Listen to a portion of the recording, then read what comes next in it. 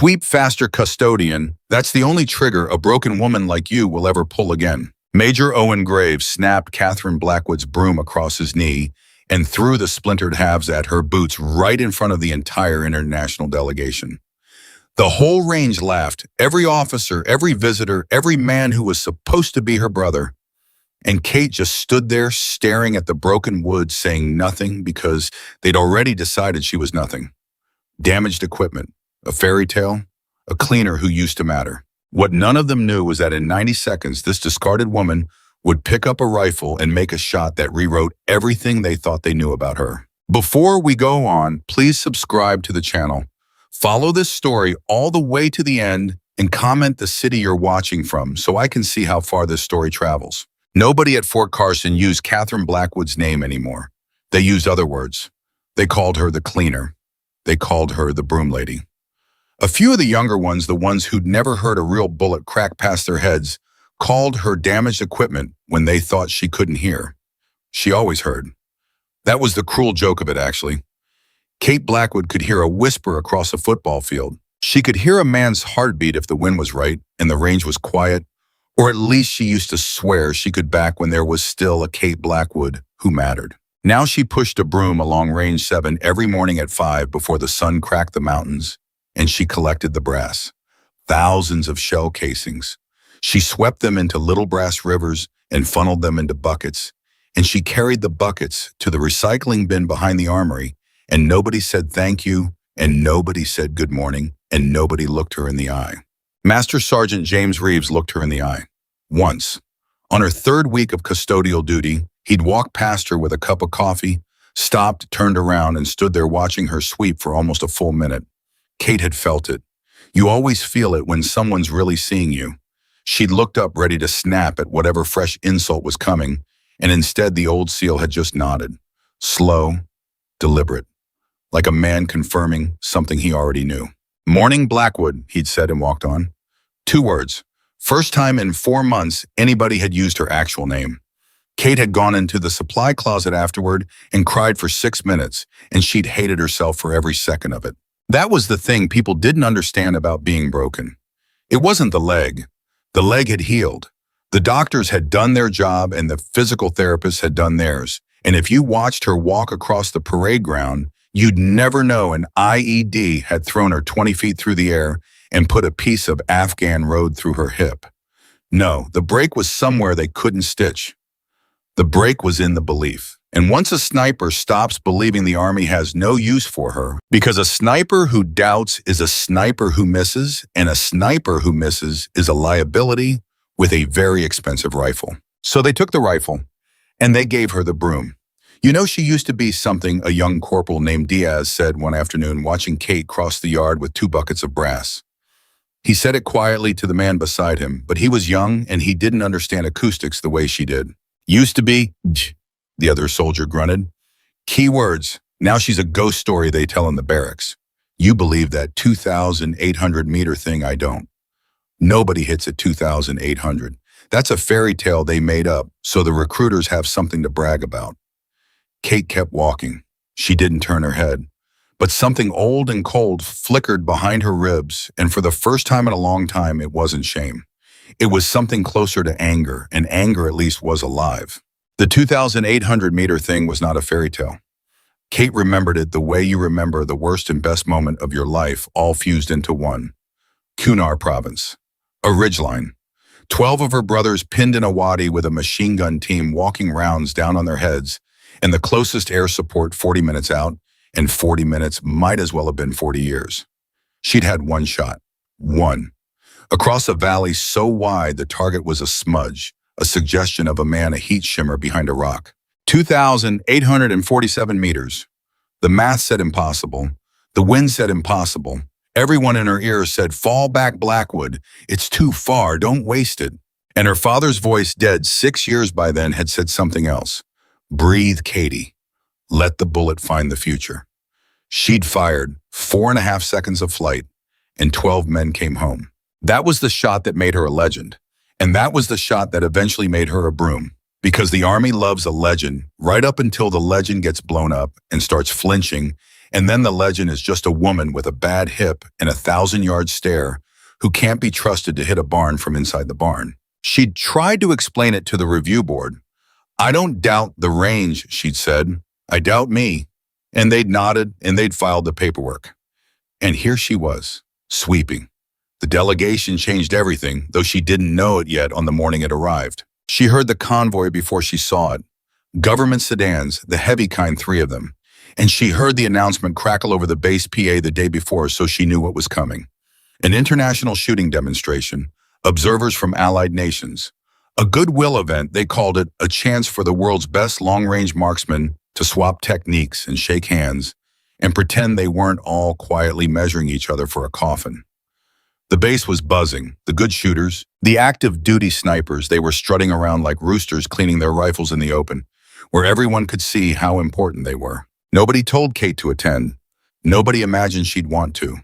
She was scheduled to sweep Range 7, and Range 7 was exactly where they set up the demonstration. So she found herself in the worst possible place at the worst possible time, holding a broom invisible, while the greatest sharpshooters in the Allied world assembled 50 feet from her. That's when she first saw Major Owen Graves. He was British SAS, and he moved like a man who had never once in his life doubted he was the smartest and deadliest person in any room. Tall, silver at the temples, a smile that never reached his eyes. He shook hands and laughed, his big performing laugh, and every time he laughed, the American officers laughed too, a beat behind like backup singers. Beside him stood an older man, heavier with a face like a slab of granite, and eyes that had seen the far side of the Cold War and come back colder. Colonel Victor Petrov, a consultant, they said.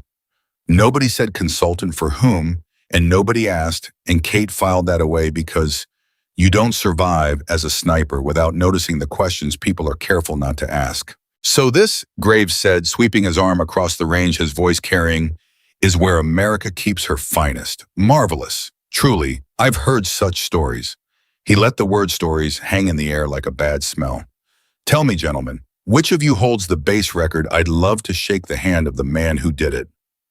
There was an uncomfortable shuffle, because everyone knew the answer. The base record wasn't held by a man. It was held by the woman with the broom. An American major named Coleman cleared his throat. "Records are complicated, sir. The individual who holds that particular number is no longer in an operational role." "No longer operational," Graves smiled. "Retired, killed." "Reassigned," Coleman said. And then, God help her, Kate's bucket slipped. Just an inch. Brass casings rattled. Every head on the range turned toward the sound, toward her, and she stood there in her utility coveralls with a broom in one hand and a bucket of somebody else's spent ammunition in the other. And she watched the realization move across Owen Graves's face like a shark turning toward blood. "You're joking," Graves said softly. "The cleaning woman." "Sir," Coleman started. No. Graves was walking toward her now, slow, delighted, and the whole delegation drifted after him.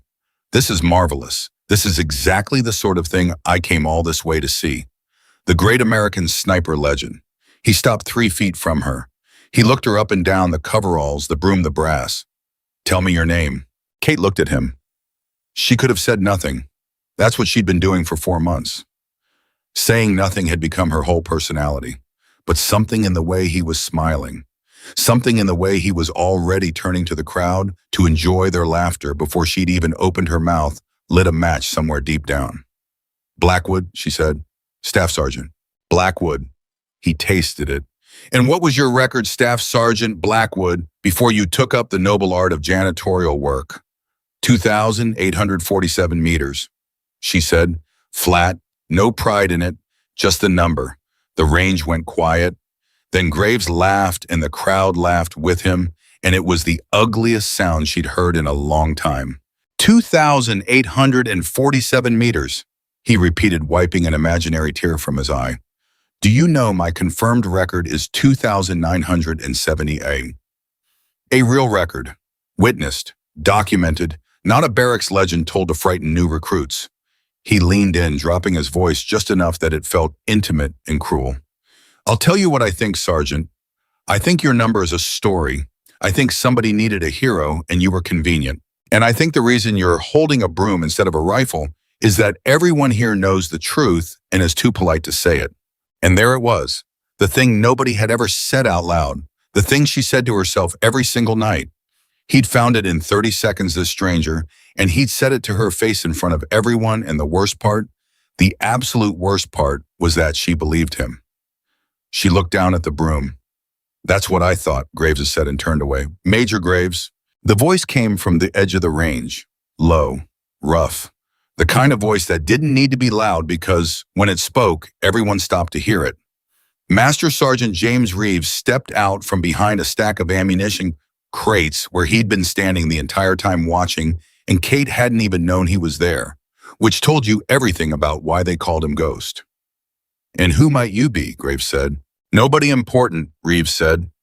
"Retired. I just clean up around here same as her." He nodded at Kate. "But I knew her father." Something shifted in Kate's chest. "Her father," Graves said, bored already. "Master Sergeant Daniel Blackwood." Reeves said the name like a prayer. "Best long gun operator I ever served beside. And I served beside a lot of them. He had a technique he never wrote down, never taught, passed it to exactly one person before somebody put him in the ground." Reeves let his eyes drift to Kate. "You want to talk about barracks legends? Major Daniel Blackwood was the legend. And you're standing in front of the last Blackwood marksman on Earth, and you just handed her a broom."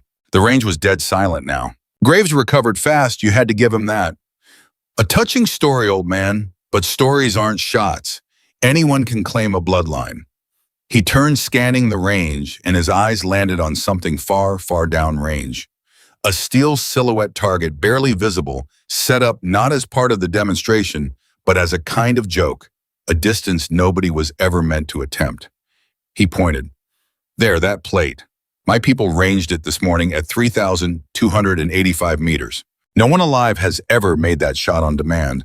Not me, not the Russians, not the ghost of Daniel Blackwood." He smiled at Kate. "Would the last of the Blackwoods care to prove me wrong? Or would she prefer to keep sweeping?" Every head turned to her, and Kate Blackwood, who had not touched a rifle in 4 months, who did not believe in herself, who had spent every night for 120 nights telling herself she was exactly what they said she was, felt her mouth open. "I'll take the shot," she said. The laughter this time was different. It wasn't cruel amusement.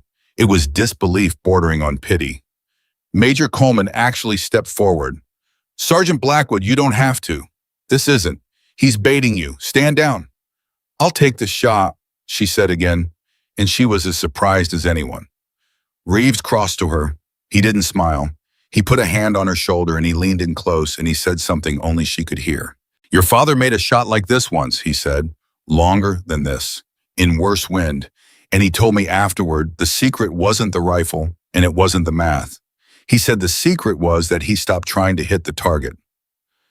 You understand me, Katie? He stopped aiming at where it was. He aimed at where it would be. 4 seconds into the future, 5 seconds, wherever that bullet's gonna land. You don't shoot the present, you shoot the future." He squeezed her shoulder. "You've got his hands. Use his eyes." Kate's throat was tight. "I don't have a rifle." "You've got this one." Graves, overhearing, snapped his fingers, and one of his SAS men brought forward a rifle case and opened it with a flourish. It was a British system, unfamiliar, foreign to her hands, and he knew it, and that was the whole point.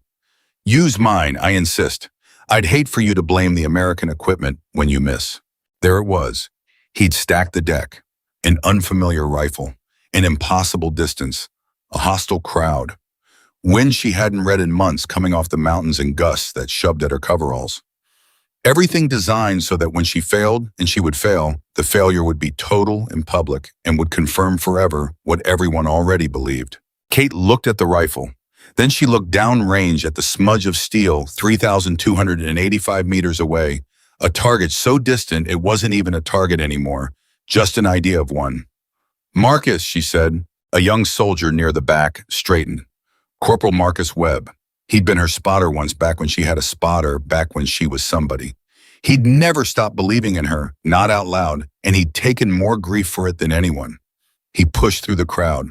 "Sergeant, you still know how to read wind." His face broke into something fierce and glad.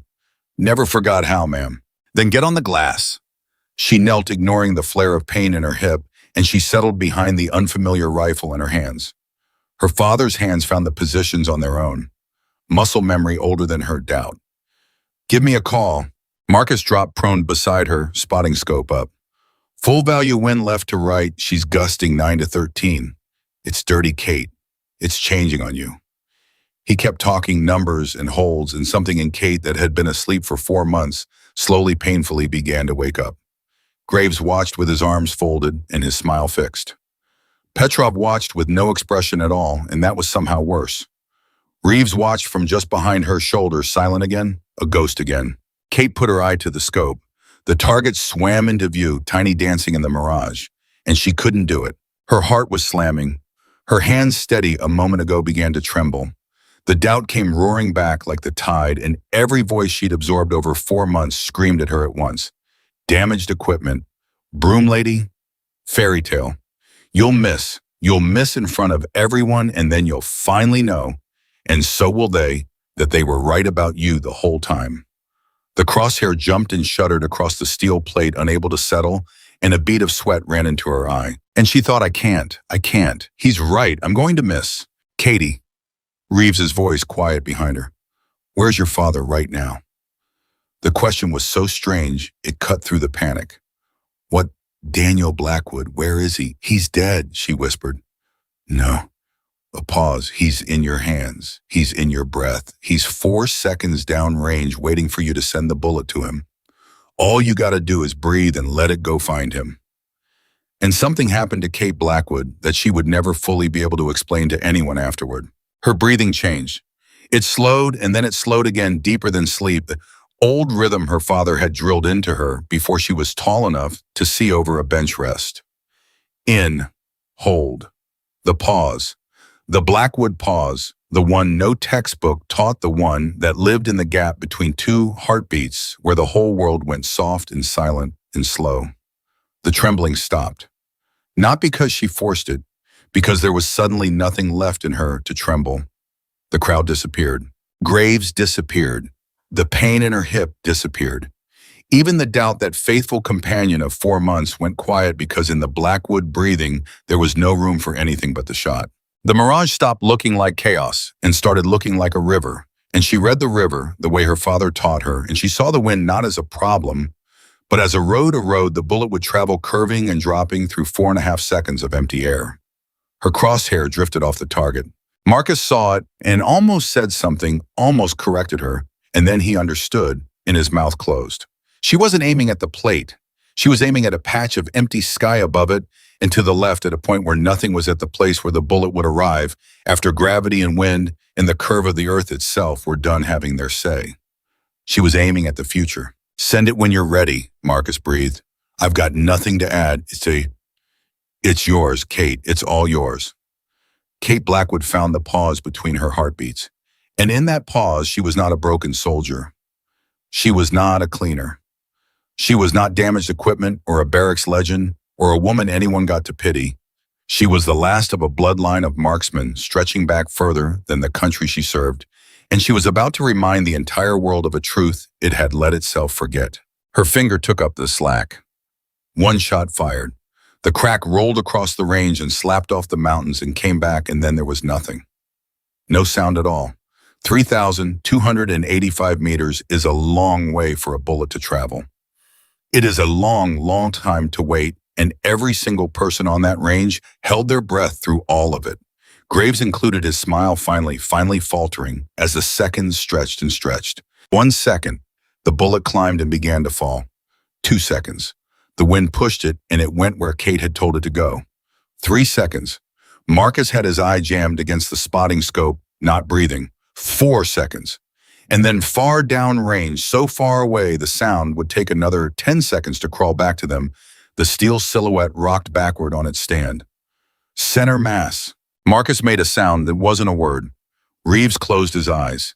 And the range, the whole range, every officer and every visitor, and every man who had laughed at her, stood in total, absolute ringing silence, because they had just watched a woman with a broom do the impossible with a stranger's rifle at a distance that wasn't supposed to be survivable, let alone hittable. Kate stayed behind the rifle.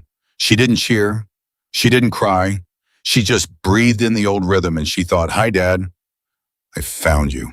Owen Graves was staring downrange with an expression Kate would remember for the rest of her life. It was not the face of a man who had been beaten in a friendly competition. It was the face of a man watching something go catastrophically, dangerously wrong with a plan he'd been very confident about. He turned slowly and looked at Colonel Victor Petrov, and Petrov looked back at him. And something passed between the two men that had nothing to do with marksmanship and everything to do with a problem that had just gotten much bigger. Kate saw it. She was still Kate Blackwood after all, and you don't survive as a sniper without noticing the looks people are careful to hide.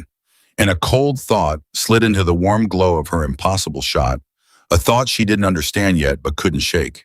They didn't expect me to make it, but they're not upset that I won. They're upset that I'm still alive to have won. "Well," Graves said finally, and his voice had changed. The performance was gone. Something flat and professional had taken its place. "It seems the Blackwood legend is real after all. My congratulations, Sergeant." He smiled, and this time the smile made the hair on Kate's neck stand up. "You've made quite an impression today. I suspect you'll be hearing from people who are very interested in talent like yours. Very interested indeed."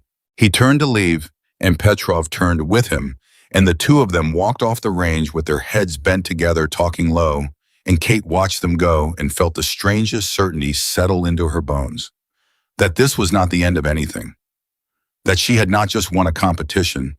That she had somehow just stepped through a door she couldn't see into a room she didn't know existed, and the door had locked behind her. Reeves knelt down beside her. He was looking at the retreating backs of Graves and Petrov, and his jaw was tight. "Ghost," Kate said quietly, using his call sign for the first time. "What just happened?" He didn't answer right away. When he did, his voice was so low only she could hear it. "Katie," he said, "that competition Graves is running, the international thing, the Goodwill event." He paused. "It's not a competition, and I need to tell you about your father, the real reason he died." He looked at her, and there was something in his eyes she'd never seen in the ghost before, something that might have been fear.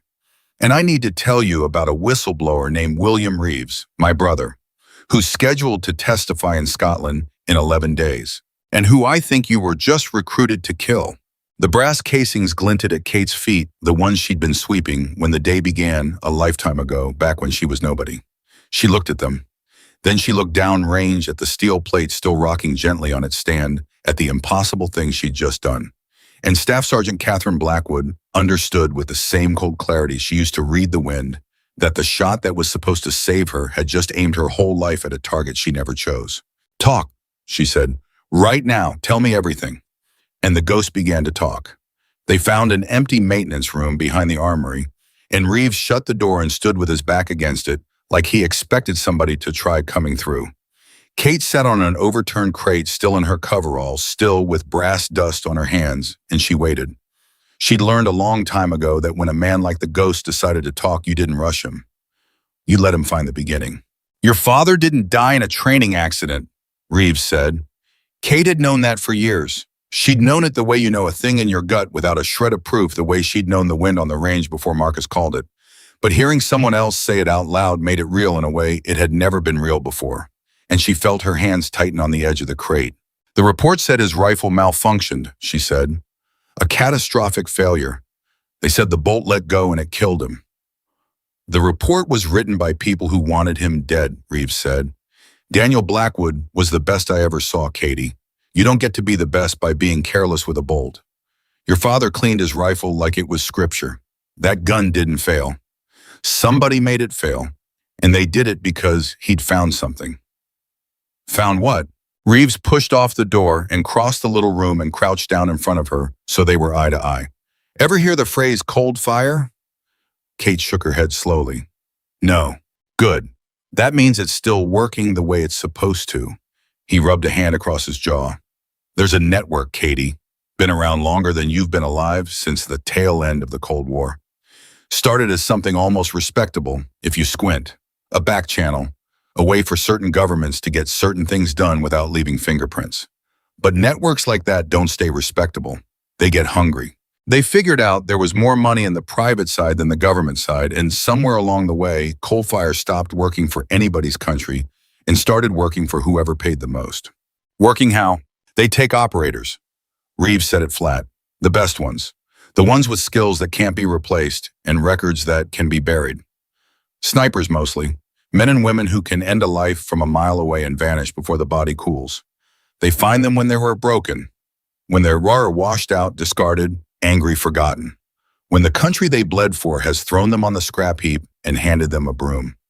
He let that land and Kate felt it hit like a physical thing. Then they offer them a way back, purpose, money, respect, a place where their skills matter again. And by the time the operator understands what they've actually signed up for, they're too deep to walk away. Because Coldfire doesn't have a resignation form, Katie. There's only one way out, and it's the same way your father took. Kate stared at him. The pieces were assembling themselves in her mind, cold and precise, and she hated where they were pointing.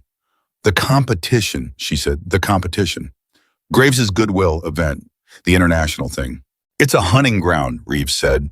That's what it's always been. They dress it up as sport, as diplomacy, as a chance for allied nations to swap notes. They fly it around the world, different host country every time, and everybody thinks it's exactly what it looks like. But the real purpose is recruitment.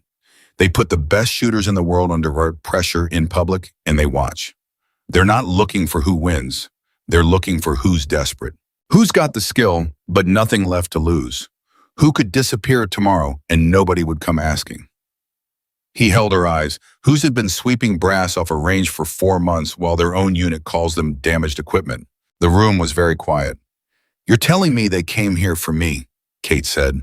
I'm telling you that shot you just made put a target on your back the size of a barn door, Reeves said. Before today you were a maybe, a file, a name Graves had heard about, a legendary Blackwood who'd gone to seed. He came here to see if the legend was real or if you were burned out and useless. He needed to know which, so he did what he does.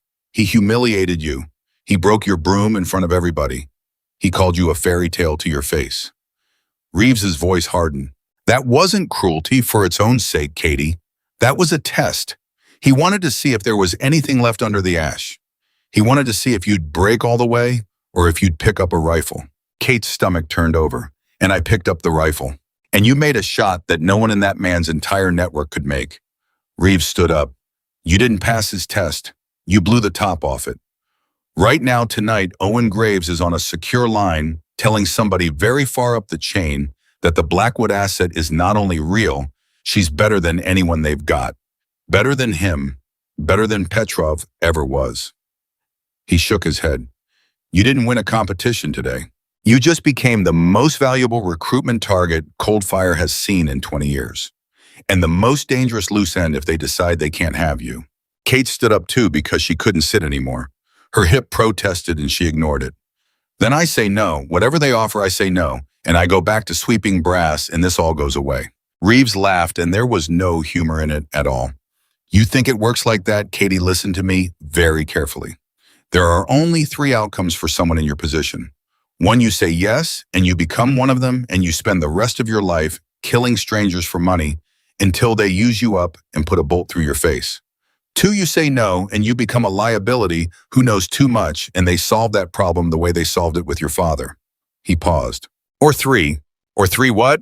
Or you do what I've been trying to do for 6 years, which is find a way to burn the whole thing down before it burns you. He walked back to the door. I didn't recognize you on that range by accident, Katie. I came to Fort Carson because I heard Coldfire was interested in a Blackwood. I've been waiting 4 months for that competition to show up here, waiting to see what you'd do. I needed to know if you were worth saving or if you'd already decided to be a victim. He looked back at her. You made my decision for me out there today. Kate's mind was racing and one word had lodged in it and wouldn't let go. You said a name before. You said William Reeves, a whistleblower, testifying in Scotland. She stepped toward him. Reeves, that's your name. You said your brother. The ghost's face changed. Whatever had been controlled and professional in it a moment ago cracked just slightly and underneath was something raw. Will's the reason I know all this, he said quietly. He was Coldfire, one of their handlers, not a shooter. He ran assets, moved money, cleaned up messes for the better part of a decade, and he believed the lie, the whole way believed he was serving something bigger than himself. And then one day they gave him a file he wasn't supposed to read, and he read it, and it had your father's name in it, and a photograph of what a sabotage bolt does to a man's face at contact distance, where Reeves's jaw worked. Will's not a bad man, Katie. He got in young, and he got in scared, and by the time he understood what he was part of, walking away meant dying. But that file broke something in him. He decided he was done being afraid. He gathered everything: names, dates, account numbers, kill orders, the whole architecture of the thing. Years of it, and he made a deal with people who can actually do something about it. And in 11 days, he walks into a secure facility in Scotland, and he burns cold fire to the ground with his testimony. So they want to kill him first. They have to kill him first, Reeves said. Everything cold fire is everyone it's ever recruited, every government it's ever quietly served and then betrayed all of its lives, or dies on whether Will Reeves opens his mouth in that room. If he testifies, it's over. And they know it, so they're going to stop him. And they're going to do it in a way that can't be traced from a distance, with a shooter so good the shot itself becomes deniable. He looked at her, and she felt the floor drop out of her stomach. They're going to do it with a sniper, Katie. And after what they saw you do today, I would bet my life they've already picked which one. The room seemed to tilt. Me, Kate whispered. You said it on the range. You said I was recruited to kill him. You meant it literally. I meant it literally. But I haven't agreed to anything. You won't have to. Reeves's voice was grim. That's the elegance of it. They don't need you to agree. They need you in the competition, they need you in Scotland, and they need a rifle in your hands at the right moment. The competition's final stage is in Scotland, Katie, 11 days from now. Same window as Will's testimony. Same country. You think that's a coincidence? They're going to route the whole event to within a few miles of that facility. And somewhere in the confusion of a live fire exercise, with 100 witnesses watching you do something that looks like a demonstration, a man is going to die a mile away, and every piece of evidence is going to point at the desperate, broken American woman who'll do anything to matter again. He let the silence stretch. You'll be the perfect scapegoat or the perfect weapon. Probably both. And by the time anyone untangles it, cold fire will be smoke, and you'll be in a cell or a grave. Kate sat back down on the crate because her legs didn't want to hold her. She'd walked onto that range this morning as nobody. A cleaner, a ghost story. And in the span of a single shot, she'd become a chess piece in a game she hadn't known was being played, a game that had already cost her father his life. A game where the winning move and the losing move might be exactly the same. Why are you telling me this? She said. If they want me for this so bad, why not let me walk into it blind? You could have kept your mouth shut. Let me be their weapon. Save your brother some other way. Reeves crossed the room again and crouched in front of her one more time. Because your father saved my life in Kandahar, he said simply, twice.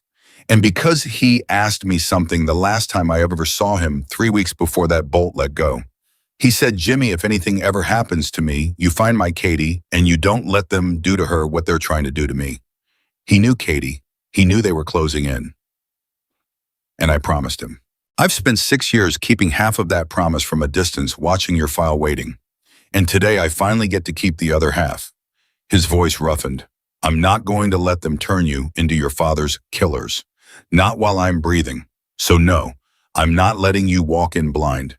We're going to walk in together, and we're going to walk in with our eyes open. And we're going to blow this thing so wide open that cold fire never recruits another broken soldier as long as the world turns. Kate looked at this man she barely knew. This ghost who'd said good morning to her once, and then apparently reorganized his entire life around a promise made to a dead man, and she felt something she hadn't felt in 4 months. She felt like she wasn't alone. She said, how do two people take down something that killed my father and has governments scared of it? Not two people, Reeves said. You'd be surprised who else has skin in this game. He straightened. Cold fire's made enemies, powerful ones. There are people inside Allied intelligence services who've been trying to expose this network for years and can never get close enough because cold fire is protected by the very governments that should be hunting it. But Will's testimony changes the math. Suddenly there are agencies willing to move if they've got someone on the inside who can confirm what he's saying and keep him alive long enough to say it. He looked at her. That someone is going to be you. You're the asset they want. That means you're the asset that can get close. You can walk into rooms nobody else can walk into because they'll open the doors for you themselves thinking you're theirs. A double agent. A Blackwood, Reeves corrected, doing what your family's always done. Making the impossible shot from a place nobody thinks to look. There was a knock at the door. 2 knocks, a pause, a third. Reeves relaxed, which told Kate it was a signal. He opened it and Marcus Webb slipped in, and behind him, to Kate's surprise, came Major Coleman, the American officer who had tried to talk her out of the shot. Coleman's face was pale and tight, and he shut the door behind him and stood there looking like a man who just realized the ground he was standing on was hollow. "Is it true," Coleman said, he was looking at Reeves, "what you told me an hour ago, about Graves, about the competition? Is it true?" "You watched her make that shot," Reeves said. "You watched Graves's face when she made it. You tell me." Coleman ran a hand over his mouth. "I've been hosting that man for 2 days," he said. "I've been shaking his hand and pouring his coffee and telling my superiors what an honor it is. And you're telling me he's here to recruit one of my soldiers into an assassination ring." He looked at Kate. "You're telling me they murdered Dan Blackwood?" Kate went still. "You knew my father." "Everybody knew your father," Coleman said. "And everybody who knew him knew that Bolt story was garbage. He stopped. "We just didn't have anywhere to put it. So we filed it under tragedy and we moved on. Because the alternative was admitting that something inside our own house was killing our own people, and nobody wanted to be the one to say that out loud." His voice dropped. "I owe him better than that. I owe you better than that, Sergeant." Marcus spoke up for the first time. "So we're really doing this." He looked around the little room at the 4 of them, and something fierce came into his young face. "Because I've spent 4 months watching them treat the best shooter I ever spotted for like she was a trash. And if you're telling me the same people who did that killed her dad and want to use her to kill an innocent man, then yeah, count me in. Whatever it is, count me all the way in." Kate looked at the 3 of them. A ghost. A spotter who'd never stopped believing. An officer with a guilty conscience. It wasn't an army. It wasn't close to an army. Against a network that had governments in its pocket, it was almost nothing. And yet, "Okay," she said, and her voice was steady in a way it hadn't been in a long time. "Then here's what I need to understand. If I'm the weapon they want to use, then they're going to invite me into the competition. Officially, soon. And when they do, I have to say yes." She looked at Reeves. "I have to walk in there and be exactly what they think I am. A broken soldier so hungry to matter again that she'll do anything. I have to let Graves believe he's got me." "You'll have to do more than let him believe it," Reeves said quietly. "You'll have to sell it. Every day, every shot, every conversation. These people have been reading operators their whole lives, Katie. If you flinch once, if you let them see for 1 second that you know what they are, they won't recruit you. They'll retire you. Like your father." He held her gaze. "Can you do that? Can you smile at the man who probably signed the order that killed your dad? And make him believe you're grateful?" Kate thought about the broken broom at her feet that morning. She thought about 4 months of silence. She thought about her father's voice in the pause between her heartbeats telling her to breathe, to let the bullet find the future. "I've spent 4 months being someone I'm not," she said. "Being small, being nobody, swallowing everything and saying nothing." She stood up. "You're asking me to do the thing I've gotten very, very good at. Yeah, I can do that."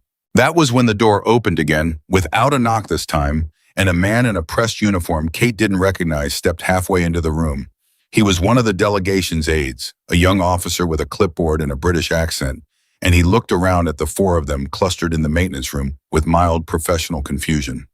"Staff Sergeant Blackwood," he said. The room went dead still.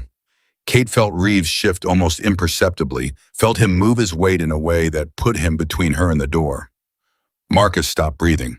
"That's me," Kate said, and her voice came out exactly right, tired and small and a little defensive, the voice of a cleaner who couldn't imagine why anybody official would be looking for her. "Major Graves sends his compliments," the aide said, consulting his clipboard oblivious. "He's asked me to extend a formal invitation. The International Long-Range Marksmanship Exhibition would be honored to include you as a competitor in this year's event. Full sponsorship. Travel equipment accommodations all provided." The major was quite insistent. The aide smiled. He said, and I'm quoting, that it would be a crime against the sport to leave a talent like yours behind a broom. The final stages will be held in Scotland. We depart in 4 days. Should you accept, of course. 4 days, not 11. 4. Kate's mind seized on it. The window was smaller than Reeves had thought. Whatever Coldfire was planning, it was already in motion, already accelerating, and she was already standing in the current. She let herself hesitate. She let her eyes go wide, let a little disbelief and a little pathetic hope flicker across her face, exactly the reaction a broken soldier would have to being offered her life back. She was aware of Reeves watching her, aware that this was the first shot, the real first shot, the one that mattered more than the steel plate ever had. He wants me, she said, and she made her voice crack just slightly on the word. For the competition, me. Very much so, Sergeant. The aide clearly found the whole thing beneath him. Shall I tell him you accept? Kate looked at the floor. She let a long breath out, the breath of a woman, surrendering to a hope she'd stopped letting herself feel. Then she looked up. Yes, she said. Tell him yes. Tell him thank you. Tell him. She swallowed. Tell him I won't let him down. Splendid. The aide made a note. Someone will be in touch with your travel documents. Congratulations, Sergeant. Quite a change of fortune. And he was gone. The door was shut behind him. For a moment, nobody said anything. Then Kate let out the breath. She'd actually been holding the real one, and her hands were shaking, and Reeves put a steadying grip on her shoulder. That he said was perfect. That was your father's daughter right there. 4 days, Kate said. Not 11. Ghost, they moved it up. Reeves's face had gone hard. Then Will's testimony got moved up too. Or they know it's coming sooner than my sources said.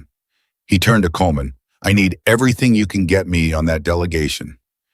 Manifest security clearances, who's really running the event behind Graves. And I need it quiet. If Coldfire has people inside this base, and they do, then the second anyone official starts asking questions, we're all dead, and Will's dead with us. Coleman nodded grim. There's a problem. He looked at Kate. If she's flying to Scotland in 4 days as part of an international military exhibition that goes through my chain of command. Approvals. Signatures. And the moment I approve a soldier under my command to travel with a delegation, I now believe to be a front for an assassination network, I'm either complicit or I'm the man who has to blow the whistle to my superiors. He spread his hands. And I don't know which of my superiors I can trust. That's the trap, isn't it? That's how this thing survives. It hides inside the very structure that's supposed to stop it, so that doing the right thing officially means walking straight into their arms. So we don't do it officially, Marcus said. We can't send a soldier overseas unofficially, Corporal. Coleman snapped. This isn't a movie. No, Reeves said slowly, but we can control what official looks like. He was thinking Kate could see it, the wheels turning behind those ghost-quiet eyes. Coleman, you approve it, all of it. Clean paperwork, real signatures, exactly what they expect. You give Coldfire no reason to think anything's wrong. You be the cooperative American officer who's thrilled his forgotten sniper's getting a second chance. That's your role. You play it perfectly. He looked at Kate. And meanwhile, we get word to the people who can actually help. Will's handlers, the agencies backing his testimony. We tell them their star witness is about to be assassinated by an asset who's secretly on their side, and we ask them for exactly the kind of help that doesn't show up on any manifest. And how do we reach them? Kate said. You said yourself Coldfire's inside everything. You reach out to the wrong agency, the wrong person, and you've just told the enemy every card we're holding. Reeves was quiet for a moment. There's one channel I trust, he said finally. One, we'll set it up before he went in dark in case I ever needed to reach the people protecting him. A dead drop, old school, nothing electronic. If I use it, it goes straight to the person coordinating his testimony. But I've never used it. I don't know for certain it still works. And if Coldfire's compromised it, he didn't finish. Then we find out, Kate said, because we've got 4 days and no other options. She looked around the room at the three of them. I fly to Scotland in 4 days as Coldfire's newest weapon. I smile at Owen Graves and I let him believe he's got me. And somewhere in those 4 days, we reach the people protecting William Reeves and we turn me from their weapon into the thing that ends them. She met Reeves's eyes. Did I get it right? You got it right, Reeves said softly. Then let's stop talking and start moving, Kate said. Ghost, you work the dead drop. Coleman, you make the paperwork perfect. Marcus. She looked at her spotter at the young man who'd taken 4 months of grief for the crime of believing in her. You're coming with me. I need a spotter I can trust in that competition, and there's exactly one man alive who fits that description. Marcus's throat worked. Ma'am, they might not let me. They'll let you, Reeves said. They want her comfortable. They want her performing at her peak so they can be sure she can make the shot when it counts. A shooter performs better with a spotter she trusts. Graves knows that. He'll approve it himself and think he's being generous. A grim smile. He'll be putting our man right in the middle of his operation and thanking himself for it. Coleman rubbed his temples. This is insane, he said. You understand that 4 people against a network that murders operators and intimidates governments. The odds are. He stopped and shook his head. The odds are impossible. And Kate Blackwood, who had spent 4 months believing every terrible thing they said about her, who had picked up a stranger's rifle that afternoon and sent a bullet into the future at a distance that couldn't be survived, looked at Major Coleman with something in her eyes that hadn't been there in a very long time. Impossible, she said quietly, is the family business. The next 4 days moved like something falling. Reeves disappeared for 11 hours on the first night and came back at dawn with mud on his boots and a look on his face Kate couldn't read. The drops live was all he said, and he wouldn't say more. Not there, not where anyone might hear, but the fact that he'd said anything at all told Kate the channel had worked.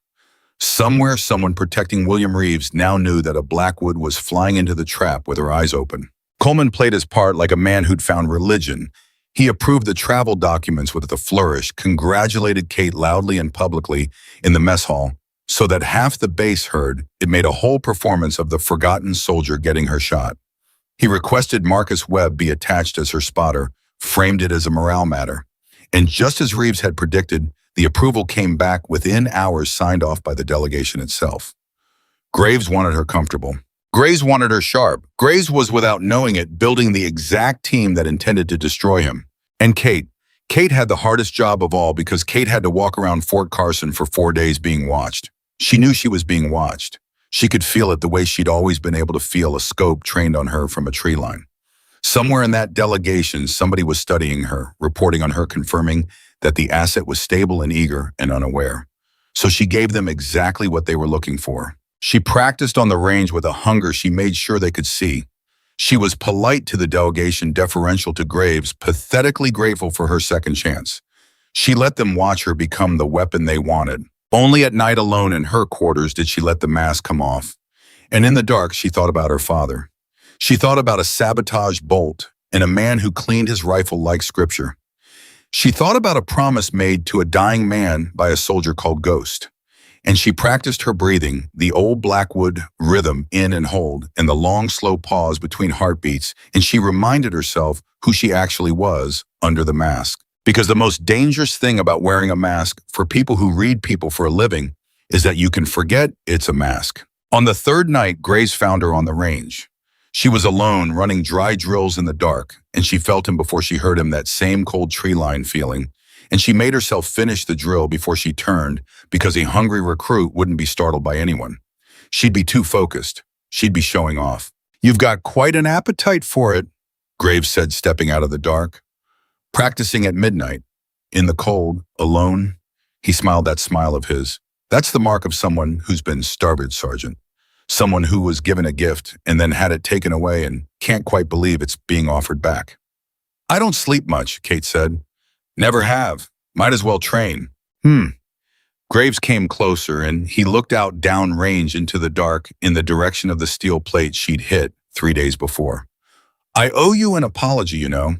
What I said when I arrived, the broom, the fairy tale, it was unkind. It was true, Kate said, and let a little bitterness color it exactly the right amount. I was a fairy tale. Everybody here treats me like one. And yet, Graves let the words hang. You made a shot no living man could make. Do you know how rare you are, Katherine? May I call you Katherine? Do you have any idea? He turned to face her fully. The world is full of good shooters, adequate ones, men who can hit a target at 1,000 meters on a calm day and call themselves elite. But what you did, what your father could do, that's not skill. Skill can be trained. What you have is a gift, And gifts like yours are wasted here, buried under bureaucracy and small men who resent what they'll never understand. His voice had gone soft and persuasive, and Kate understood she was hearing the recruitment, now the real one, the first thread of the web. There are places in this world where a gift like yours is understood, valued, rewarded, places where you'd never again pick up a broom or answer to a small-minded major, or be told to stand down when you know in your bones, that you're the only one in the world who can make the shot. Kate held perfectly still. This was the moment. This was the test inside the test. And every instinct in her screamed to spit in his face to tell him she knew what he was, to make him pay right now for her father and for 4 months of silence and for the broken broom at her feet.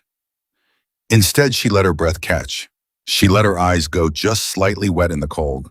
She let herself look for one perfect, calculated moment, like a starving woman being shown food. Places like that don't exist, she said quietly, and made it sound like grief.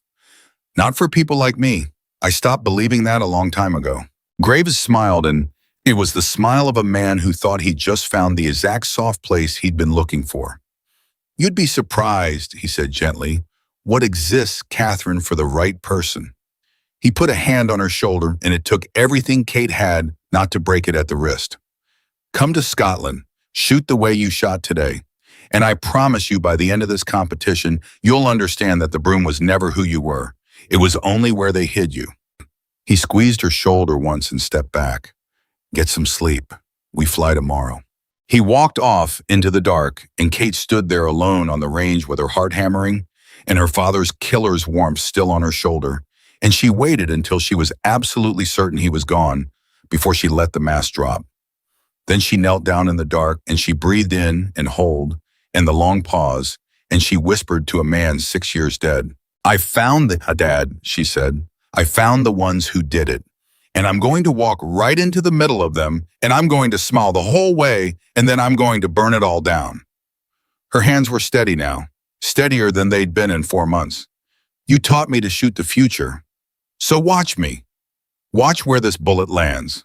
The next morning, 3 government sedans and a military transport carried the International Long-Range Marksmanship exhibition off the tarmac at Fort Carson and turned east toward the Atlantic, toward Scotland, toward a secure facility where in 7 days a man named William Reeves intended to speak, and toward the single most important shot Katherine Blackwood would ever be asked to make. She sat by the window with Marcus beside her, and across the aisle, Owen Graves worked on a tablet and occasionally smiled at her.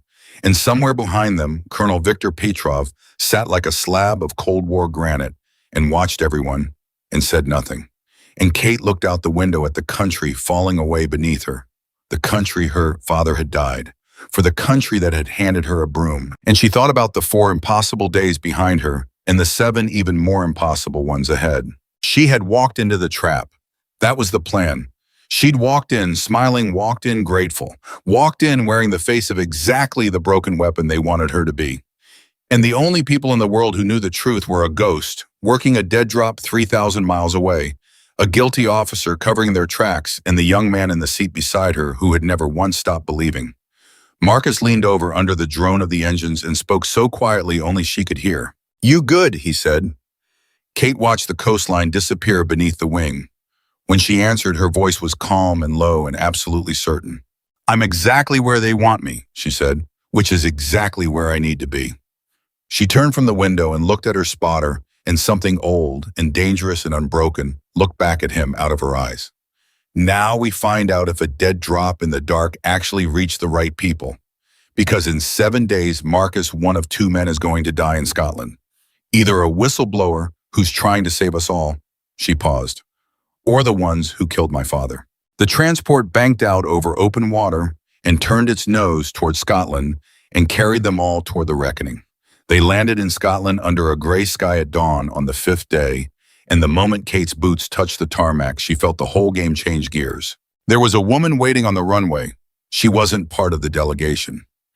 Kate knew that the way she knew 1,000 small things, from the way the woman held herself, from the fact that Graves's easy smile tightened by a fraction when he saw her. She was perhaps 50, sharp-featured, dressed in civilian clothes that were trying very hard to look unremarkable and mostly succeeding, and she stood with two men who had the flat, watchful stillness of professionals. Major Graves, the woman said, and her accent was Scottish underneath something more educated and worn down. Elena Vance, I'm coordinating security liaison for the exhibition's final stages. There have been some adjustments. Adjustments. Graves didn't like the word. Nobody informed me of adjustments. You're being informed now. Vance's eyes moved past him and landed on Kate and lingered there for exactly half a second longer than they should have. The host government has concerns about live fire events this close to certain sensitive facilities. We're relocating several stages, and we're increasing observer presence. A thin smile. You understand, diplomacy. Kate kept her face carefully blank, the face of a tired soldier who didn't understand any of the politics happening over her head, but inside her pulse jumped. Certain sensitive facilities. The facility. The one where William Reeves would testify. Somebody was moving pieces around the board, and Kate couldn't tell yet whether Elena Vance was one of theirs or one of Coldfire's. And in this game, that ambiguity was the most dangerous thing in the world. Marcus felt it too. He stayed close to her as they were herded toward the transport vehicles, and he murmured, barely moving his lips, "You clock her." "I clocked him," Kate said just as quietly. "Don't know which side. Could be the people Ghost reached. Could be a trap testing whether we react. Give her nothing." Giving her nothing, Marcus agreed. The vehicles carried them north and west into country that folded and rose into wet gray hills, and Kate memorized the route the way her father had taught her to memorize everything, distances and landmarks, and the way the light fell, because you never knew which detail would save your life. Petrov rode in her vehicle, silent as always, the old Russian's granite face turned to the window, and about 20 minutes into the drive without turning his head, he spoke for the first time since Colorado. "Your father," Petrov said, "shot me once." The words dropped into the vehicle like a stone into still water. Kate went absolutely still. Marcus's hand drifted toward nothing in particular, a soldier's reflex. "I beg your pardon," Kate said. 1989. A valley in a country that no longer exists by that name. Petrov still hadn't turned from the window. "I was young, very good. The best my side had, they told me, and I believed them the way the young do. And your father put a round through my shoulder from a distance my superiors refused to believe was possible. They accused me of inventing it to explain my failure." Now he turned and his cold eyes found Kate's, and there was something almost like respect buried very deep in them. "I did not invent it. I have carried that piece of your father in my body for 37 years. So when they told me a Blackwood had appeared and made an impossible shot, I did not laugh as Graves laughed. I came to see for myself." A long pause. "And now I have seen." Kate's mouth was dry. Every instinct told her this man was Coldfire, was the enemy, was one of the ones who might have arranged her father's death. And yet the way he'd said your father held something she couldn't quite name. "Why are you telling me this?" she said. Petrov turned back through the window. "Because you should understand," he said, "that not everyone in the machine you have walked into is the same. Some of us have been in it so long we no longer remember choosing it. And some of us..." He stopped. "Some of us are simply old and tired and have carried a piece of a better man in our body for a very long time and have begun to wonder what it was all for." The vehicle went over a rise. "That is all. Watch yourself in the days ahead, Blackwood. You are surrounded by people who see you as a tool. Try to notice which of them regrets it." And he said nothing else for the rest of the drive, and Kate sat there with her heart pounding because Petrov had just told her in the only way a man like him could that he was not entirely her enemy, or he had just laid the most sophisticated trap she'd ever seen, designed to make her lower her guard. And she could not for the life of her tell which. They arrived at the compound by mid-morning of the 5th day. It had been some kind of grand estate once converted now into a facility that served the exhibition ranges cut into the surrounding hills accommodations in a sprawling old stone building. And the moment they were shown to their quarters and left alone, Kate found what she'd been praying she would find. A note, tucked into the frame of the window, folded small in handwriting she didn't recognize. She palmed it, checked the room for eyes the way Reeves had taught her in their frantic 4 days of preparation, and read it in the bathroom with the water running. The message was 6 words. "Laundry, tonight, 2300. Trust Vance." Kate's breath left her in a rush. The dead drop had worked. Ghost Channel had reached someone, and that someone had reached into this compound and left her instructions. And the instructions told her that Elena Vance, the sharp-eyed woman from the tarmac, was a friend. Or the note was from Coldfire, and Vance was the trap, and 2,300 hours in the laundry was where they'd find out exactly how much Kate Blackwood knew. She flushed the note. She had no way to be certain. She only had a choice, and the clock in 7 days shrinking to 2 before William Reeves walked into a room to testify. She went. At 2,300 hours, Kate slipped through the old stone corridors of the compound with the silence her father had taught her before she could ride a bicycle, and she found the laundry, a low, warm room in the basement that smelled of industrial soap, and Elena Vance was waiting for her in the dark between 2 rows of dryers. "You came alone," Vance said. It wasn't a question. "You told me to trust you," Kate said, "so I'm testing whether that was good advice." Vance almost smiled. "James Reeves said you were sharp. He undersold it." She stepped closer and her voice dropped to almost nothing. "I run a small team inside the intelligence apparatus that's supposed to protect William Reeves and get his testimony on the record. Small because we can't trust the larger structure. Coldfire has people at every level, Sergeant. We don't know all of them. We can't. That's what makes them so hard to kill. They're inside the very house that's supposed to be hunting them." She looked at Kate. "Reeves got word to us through your father's old channel. He told us Coldfire had recruited a Blackwood and that the Blackwood was really on our side. I'll be honest with you. Most of my people didn't believe it. It sounded too convenient. A weapon that just happens to be a friend." "And you?" Kate said. "I believed it because I knew your father," Vance said quietly. "Not well, but enough. Enough to know that if he had a daughter with his gift and Coldfire tried to use her the way they used him, she'd rather burn than bend." She held Kate's eyes. "Was I right?" "You were right," Kate said. Vance let out a breath. "Then thank God, because we are very nearly out of time, and I have almost no cards left to play." She moved to the end of the row of dryers, where the machinery would drown out their voices even further, and Kate followed. "Here's what you need to understand. William Reeves testifies in 2 days. The venue's a secure government facility 11 miles north of here. We've locked it down as tight as anything can be locked down. Armored transport, no announced schedule. Decoy movements, the works. On paper, he's untouchable." She paused. "And Coldfire is going to kill him anyway, because they don't need to breach the facility. They don't need to get past the armor. They just need one shot from a distance no security perimeter accounts for at the one moment he's exposed." "The transfer," Kate said, understanding coming cold and clear. "You can armor a building. You can armor a vehicle. But somewhere there's a gap, a few seconds where he moves from one to the other in the open." 12 seconds, Vance said. "We've timed it. 12 seconds where he crosses from the transport to the facility entrance. 12 seconds at a range no ordinary sniper could exploit, which is exactly why they need an extraordinary one." She looked at Kate. "They need you, Sergeant. You specifically. Because there is perhaps a handful of shooters on this earth who could make the shot they need made, and you're the only one of them sitting inside their own operation. Eager and grateful and completely deniable. When the round goes down range and William Reeves dies, the evidence will point at the desperate American woman who'd do anything to matter again.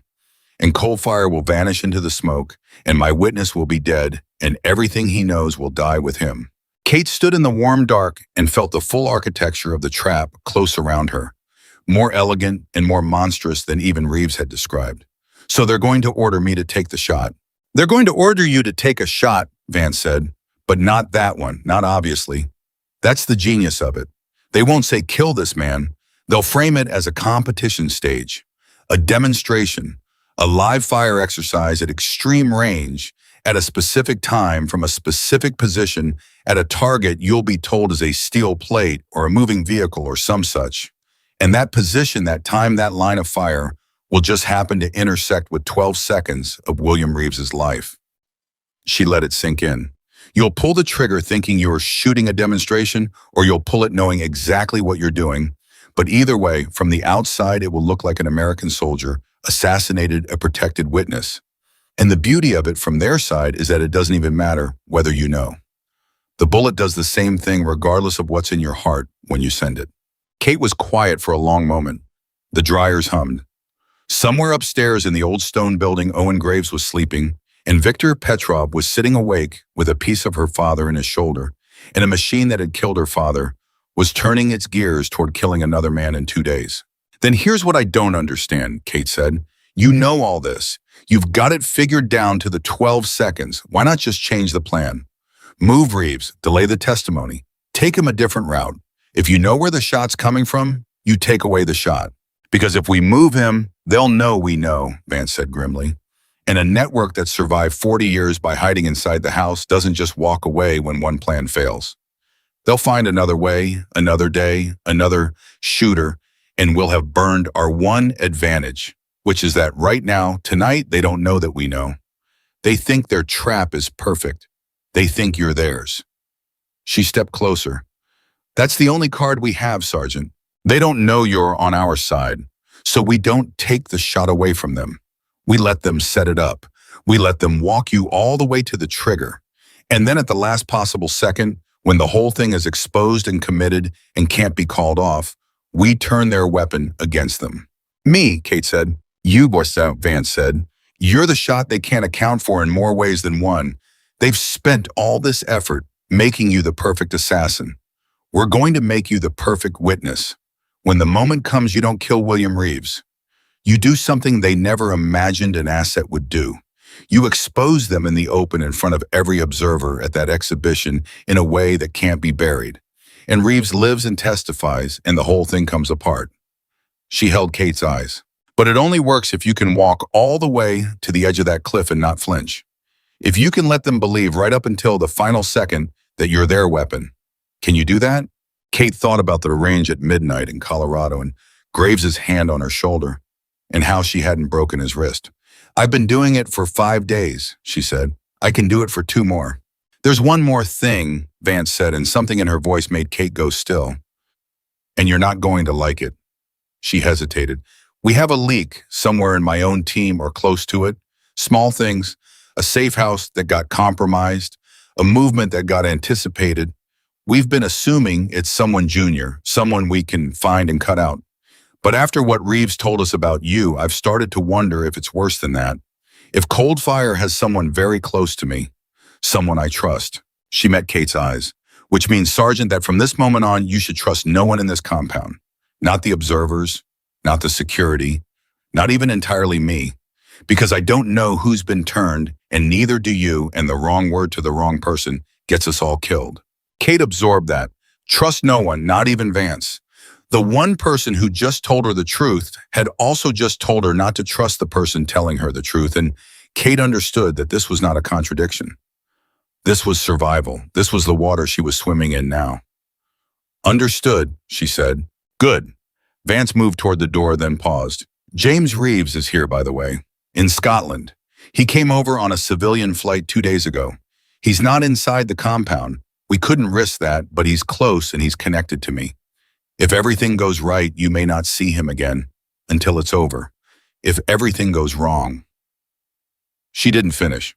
Go back to your quarters. Sleep if you can. Tomorrow the competition stages begin, and they're going to start reading you. Watching how you shoot, how you handle pressure, how eager you are. They need to be sure you can make the shot when it counts. So you give them a shooter who's hungry and sharp and grateful. A thin smile in the dark. And you keep the woman who's going to burn them down locked away where no one can see her. And Elena Vance slipped out into the dark corridor and was gone. Kate did not sleep that night.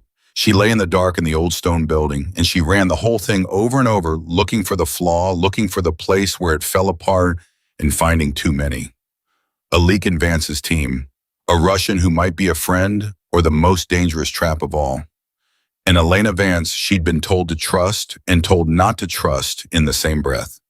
A whistleblower 11 miles north with 2 days to live.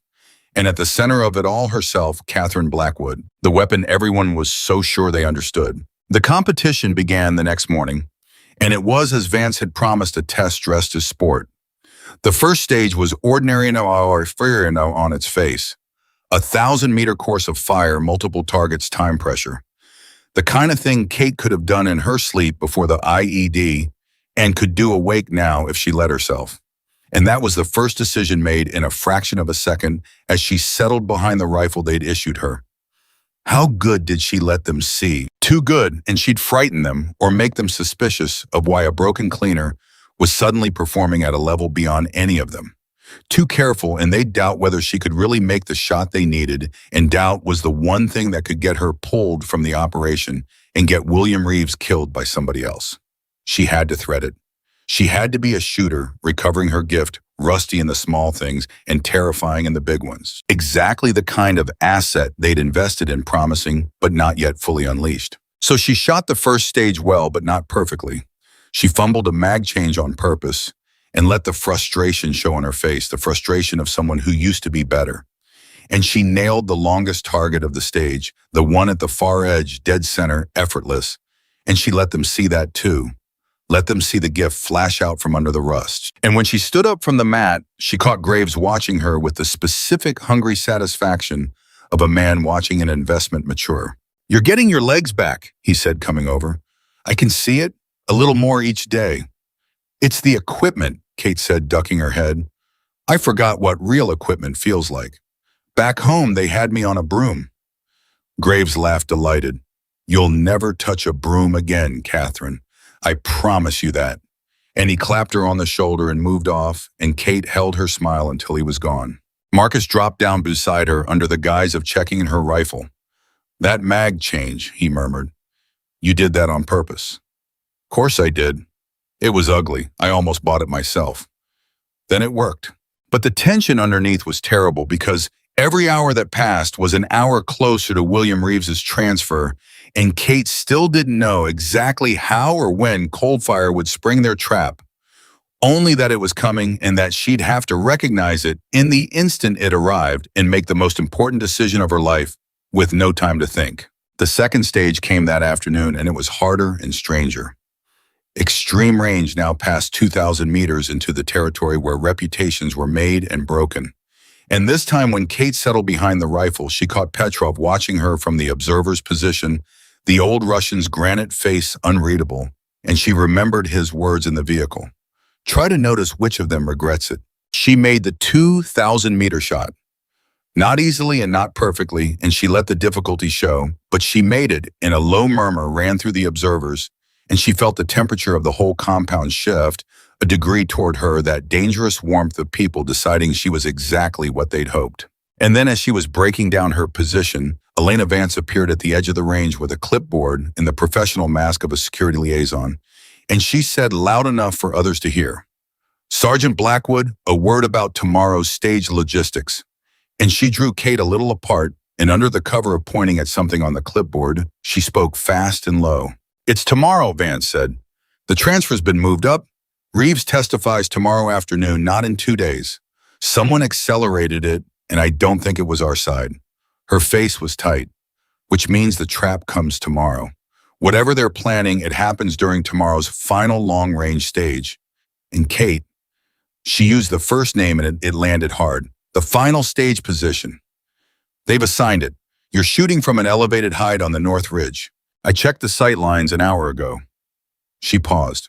"That North Ridge has a clear line of fire to exactly one thing 11 miles away, the transfer point at the facility. They're putting you in the hide, Kate, tomorrow, with a rifle, pointed at the 12 seconds that decide everything." Kate's blood went cold, then hot, then still. "Tomorrow. Tomorrow."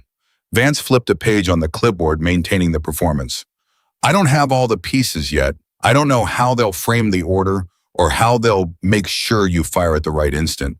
But I know the position and I know the timing, and I know that in about 20 hours you're going to be lying in a hide on that ridge with a scope pointed at a man's life." She looked up and her eyes were fierce and frightened at once. "And I need to reach James Reeves tonight and coordinate what happens when you don't take the shot. Because if we don't get this exactly right, one of two things happens. Either you fire and Reeves dies, or you don't fire and Coldfire realizes in that instant that their weapon was never theirs, and then they kill Reeves another way and kill you for good measure." She snapped the clipboard shut. "There's no room for error. None. We get one attempt tomorrow, and if we miss, everyone dies and Coldfire wins." And she walked away back into her role, leaving Kate standing on the range with the whole weight of it pressing down. That night was the longest of Kate's life. She lay in the dark and she did not sleep, and she ran the shot 1,000 times in her mind, not the shot they wanted her to take, but the choice she'd have to make in the instant she was lying in that hide. And a terrible question kept surfacing, the question underneath all the others, the one she hadn't let herself look at directly. What if she was wrong about all of it? What if Vance was the leak and this whole thing, the laundry room, the note, the coordination was Coldfire's real trap, a way to test whether Kate could be trusted, and the moment she moved to expose them tomorrow, she'd be walking into a kill zone of her own making. What if Petrov's story about her father was a manipulation? What if the only person who told her the truth was Ghost, 3,000 miles away, and everyone since had been lying? She had no way to know. She had only the choice and the clock and her father's voice in the pause between her heartbeats. At some point deep in the night, there was the faintest sound at her window. Kate was off the bed and against the wall before she'd fully woken her body faster than her fear. And a folded note dropped through the gap in the old window frame, and a shadow moved away outside, gone before she could see it. She read the note in the bathroom with the water running, and her heart nearly stopped. It wasn't Vance's handwriting.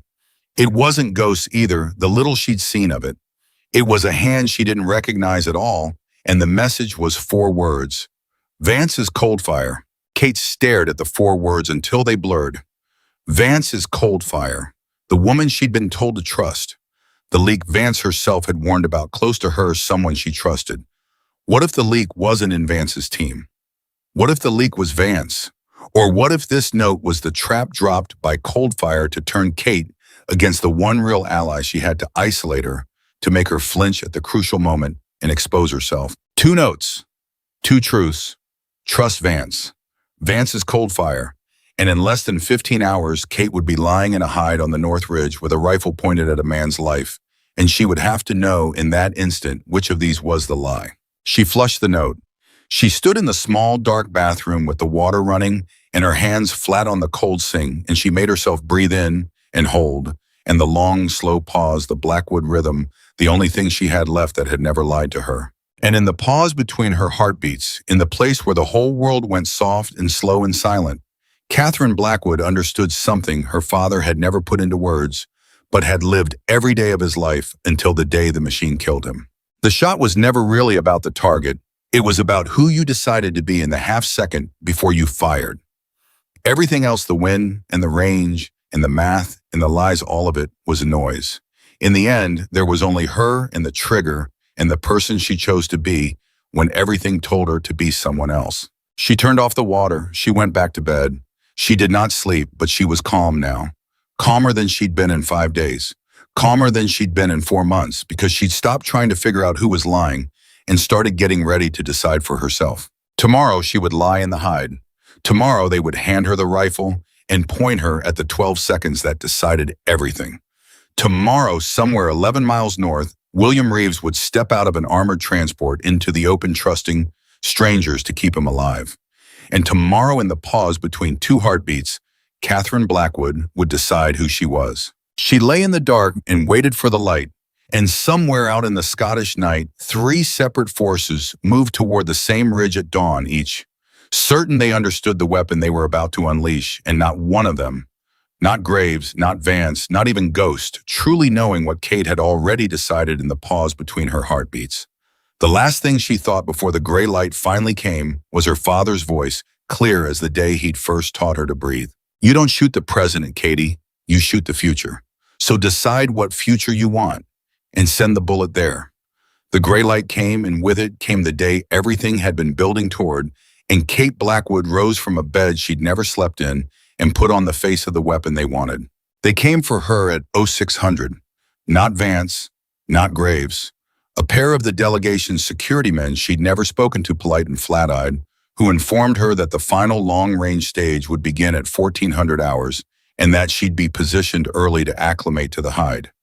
Early positioning. Kate filed that away cold.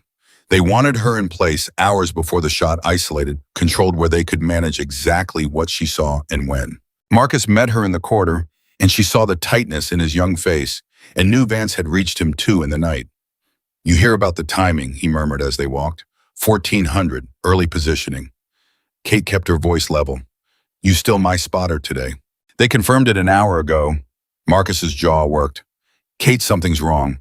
They confirmed me, but they also assigned a second observer to the hide. Someone I don't know says he's there for competition integrity. He glanced at her. That's not for integrity. That's a minder. They're putting a man in that hide to make sure you fire. Kate absorbed it. Of course they were. They weren't going to leave the most important shot in the network's history to trust. There'd be someone at her shoulder watching, ready to force the issue if she hesitated, ready to put a round in her head and take the shot himself if she failed. The trap was tightening. What's the play then? Marcus said. Because right now I count us two and them everybody, and I don't like the math. Neither do I, Kate said. But we don't have the whole board yet. Vance was supposed to coordinate with Ghost last night. We move when she gives the signal. She stopped and looked at Marcus, and for a moment the mask slipped, and he saw how frightened she actually was underneath. Marcus, if it goes wrong today, if I don't walk out of that hide, don't. Listen to me. If it goes wrong, you get to Ghost. You tell him I chose. You tell him I decided who I was. He'll understand. Marcus swallowed hard. You're going to walk out of that hide, Kate. Both of us are. That's the only version I'm accepting. There was no chance to say more. The security men reappeared and the day took hold of them and swept them forward. Kate did not see Elena Vance all morning. That was the first thing that went wrong. She looked for her at breakfast, at the staging area in the quarters, and Vance was nowhere, and the note from the night burned in Kate's memory. Vance is cold fire. Trust Vance. Two truths and one of them was a lie, and the woman at the center of both had vanished on the morning it all came due. At 0900, Kate found Petrov instead. He was standing apart from the others near the vehicles, and he was watching the North Ridge through a pair of field glasses, and when Kate approached, he lowered them slowly. They have put you in a bad place, he said without preamble. The hide on the North Ridge, I have walked it. The sight lines, he paused. You know what the sight lines mean? You tell me what they mean, Kate said carefully. Petrov turned to her, and the old Russian's granite face held something she couldn't read. They mean, he said, that today is the day I have been waiting to see for 37 years. The day another Blackwood is asked to do the thing this machine does. And the day I decide whether I am still its servant or whether I am finally an old man who wants to die having done one thing right. He looked at her a long moment. Your father did not die because his rifle failed Blackwood. Your father died because he refused. They asked him to make a shot, the same kind of shot they will ask of you today, and he refused, and so they killed him and made it look like an accident.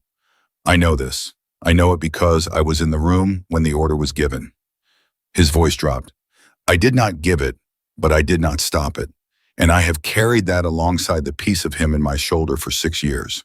Kate could barely breathe. Why are you telling me this now? Because in a few hours you will lie in that hide, Petrov said, and a man will be at your shoulder to make certain you fire. And I want you to know for that moment that you are not as alone as they wish you to believe. That is all an old man can offer. It may be worth nothing, but it is what I have. And he raised the field glasses again and turned back to the ridge, and Kate understood she'd just been given something. Though whether it was salvation or the deepest trap of all, she still could not say. Two of them now, Petrov and the vanished Vance. Two people telling her they were on her side and Kate with no way to verify either, and the clock eating the morning alive. At 1100 hours, Marcus found her with news that turned everything sideways. Vance is gone, he said low and fast, pulling her into an alcove. Not gone like busy. Gone, gone. I overheard two of the security detail. There was an incident overnight. A body. His face was gray. They didn't say a name, but they said security liaison. Kate, I think it's her. I think Vance is dead. The floor dropped out of Kate's stomach. If Vance was dead, then the coordination with Ghost was dead too. Whatever plan they'd built in the laundry room, whatever was supposed to happen when Kate didn't take the shot, all of it had just evaporated. She was in the trap with no one on the outside pulling the other end of the rope. Unless. Vance is cold fire. Unless the note had been true, and Vance had been the enemy, and someone on the real side had eliminated her in the night. In which case the plan hadn't died, it had been cleansed of a traitor, and Kate's actual allies were still out there, still moving, waiting for her. Or Vance had been a friend, and Coalfire had found her out and killed her, and Kate was truly completely alone. There was no way to know. There was only the hide and the clock, and 1400 hours coming like a train. Kate, Marcus gripped her arm.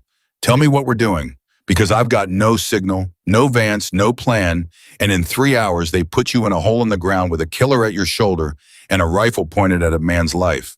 What are we doing? Kate looked at her spotter at the fear and the loyalty warring in his face, and she made a decision that had been forming since the pause between her heartbeats the night before. We're going to trust the one thing that's never lied to me, she said, which is the shot itself. She held his eyes. Marcus, they built this whole thing on the belief that they control the trigger. That once I'm in that hide, once the target's in the sight, once the minder's at my shoulder, the outcome's already decided. They think the shot belongs to them. Something cold and clear was rising in her, the thing her father had died refusing to surrender. But the shot has never belonged to anyone but the person pulling the trigger. That's the one thing they can't take. They can put me in the hide, they can point me at the target, they can put a gun to my head, but in the half second before the round goes, that shot is mine and mine alone, and there is nothing on this earth that can decide it for me. That's not a plan, Kate. No, she agreed. It's better than a plan. A plan can be leaked. A plan can be countered. Vance is gone, and if there was a plan, it died with her. But nobody can counter what I decide in the pause between two heartbeats, because nobody will know what I've decided until it's already done.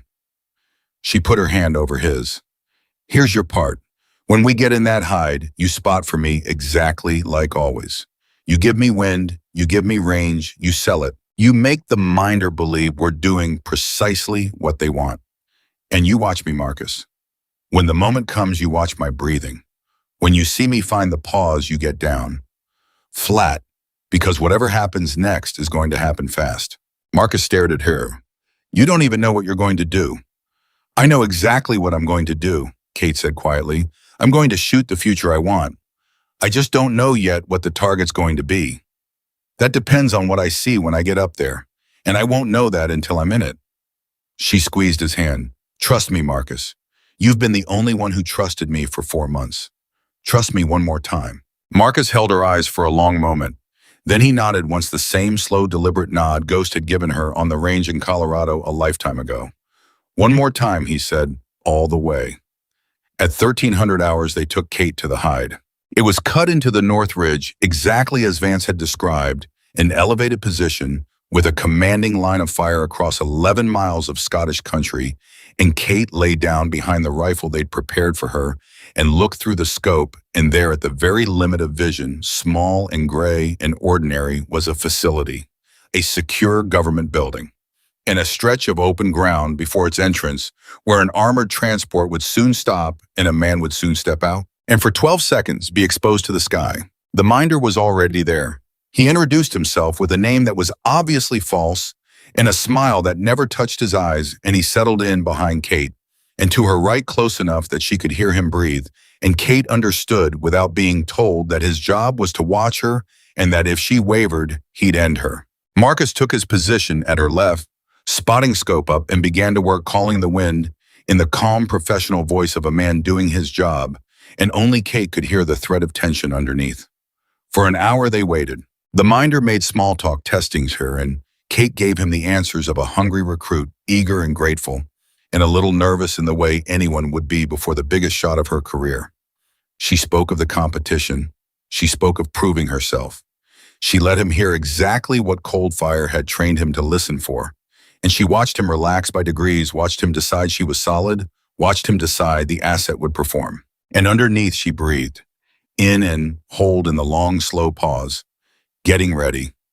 At 1350, the minder's radio crackled, and he listened to something in an earpiece, and then he leaned toward Kate and told her the thing she'd known was coming and had still prayed wouldn't.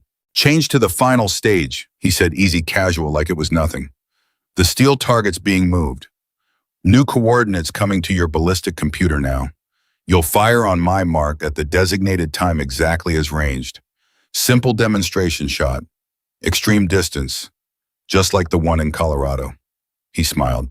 This is what they brought you here for, Sergeant. Your moment. Don't overthink it. Wind range trigger. You've done it 1,000 times. The coordinates loaded into the ballistic computer beside her rifle, and Kate looked at them, and her heart turned to ice because she didn't need Vance to tell her what they meant anymore. The coordinates weren't a steel target. The coordinates were the open ground before the facility entrance 11 miles north, the place where in minutes William Reeves would cross 12 seconds of open sky. They were going to have her fire on a mark at a designated time at coordinates she'd been told were a demonstration target, and the round would travel 4.5 seconds through the Scottish air and arrive exactly where a man's chest would be.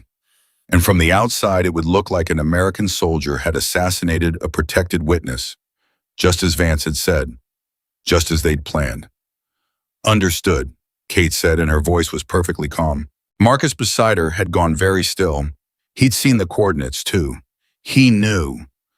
Wind's picking up, Marcus said, and his voice cracked just slightly, and only Kate knew it wasn't the wind he was afraid of.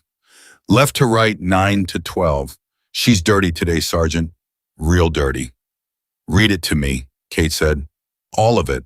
And Marcus began to read the wind the way he had 1,000 times the way he'd read it on a range in Colorado when she'd sent a bullet into the future and reminded the world what a Blackwood could do.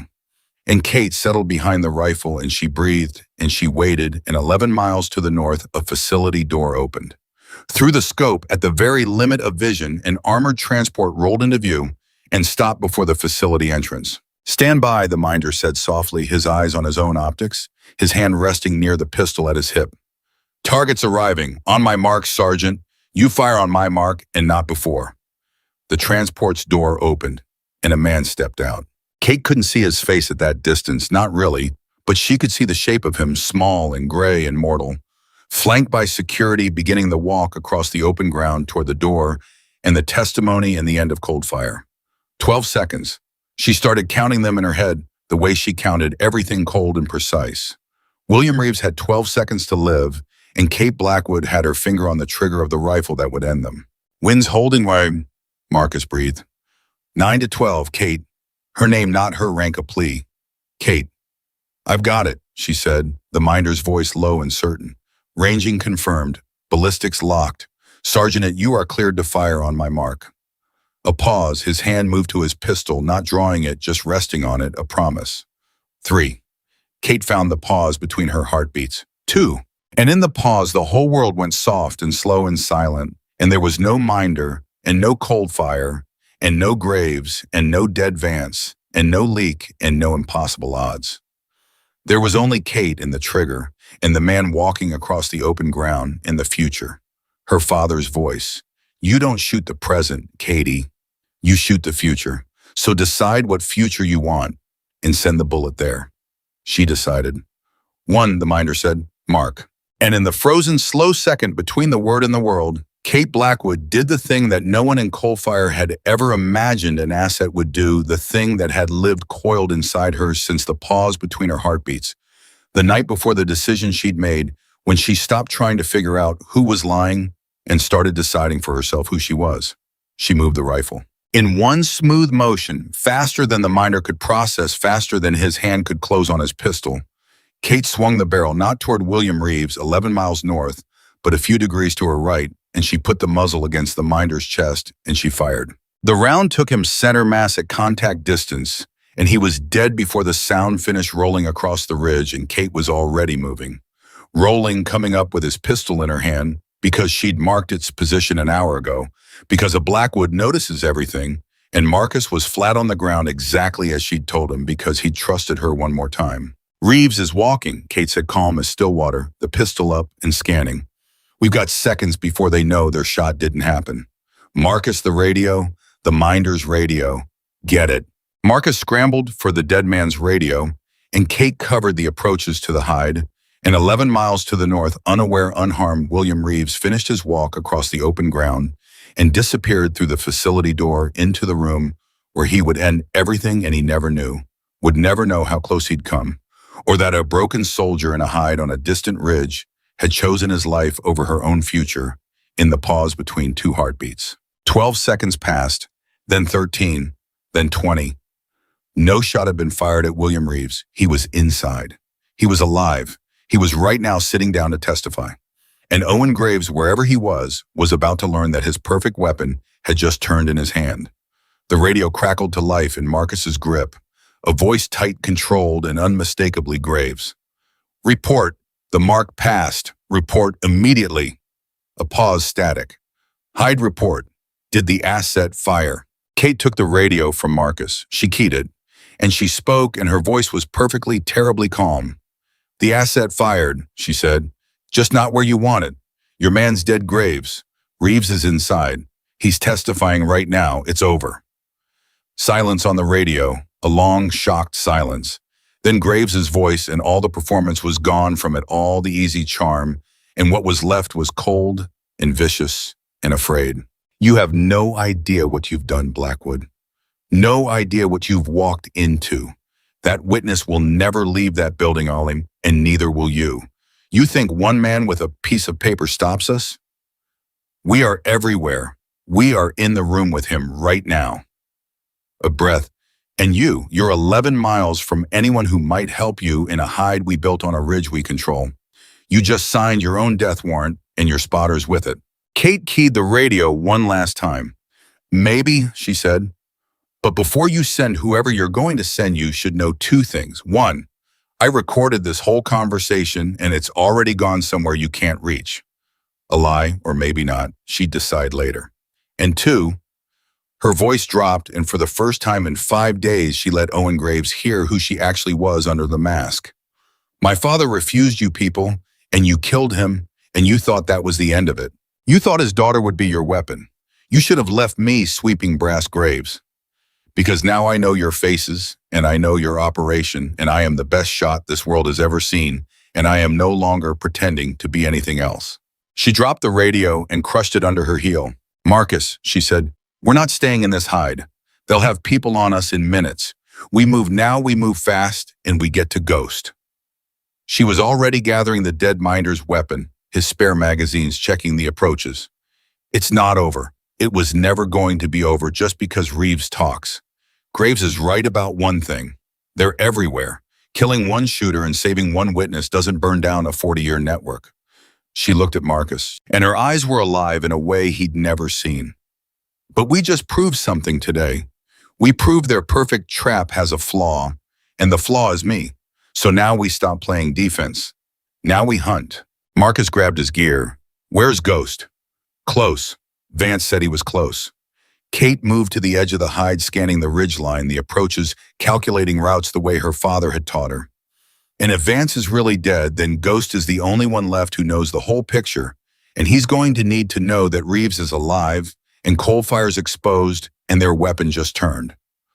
We find him, and then we finish this, all of it.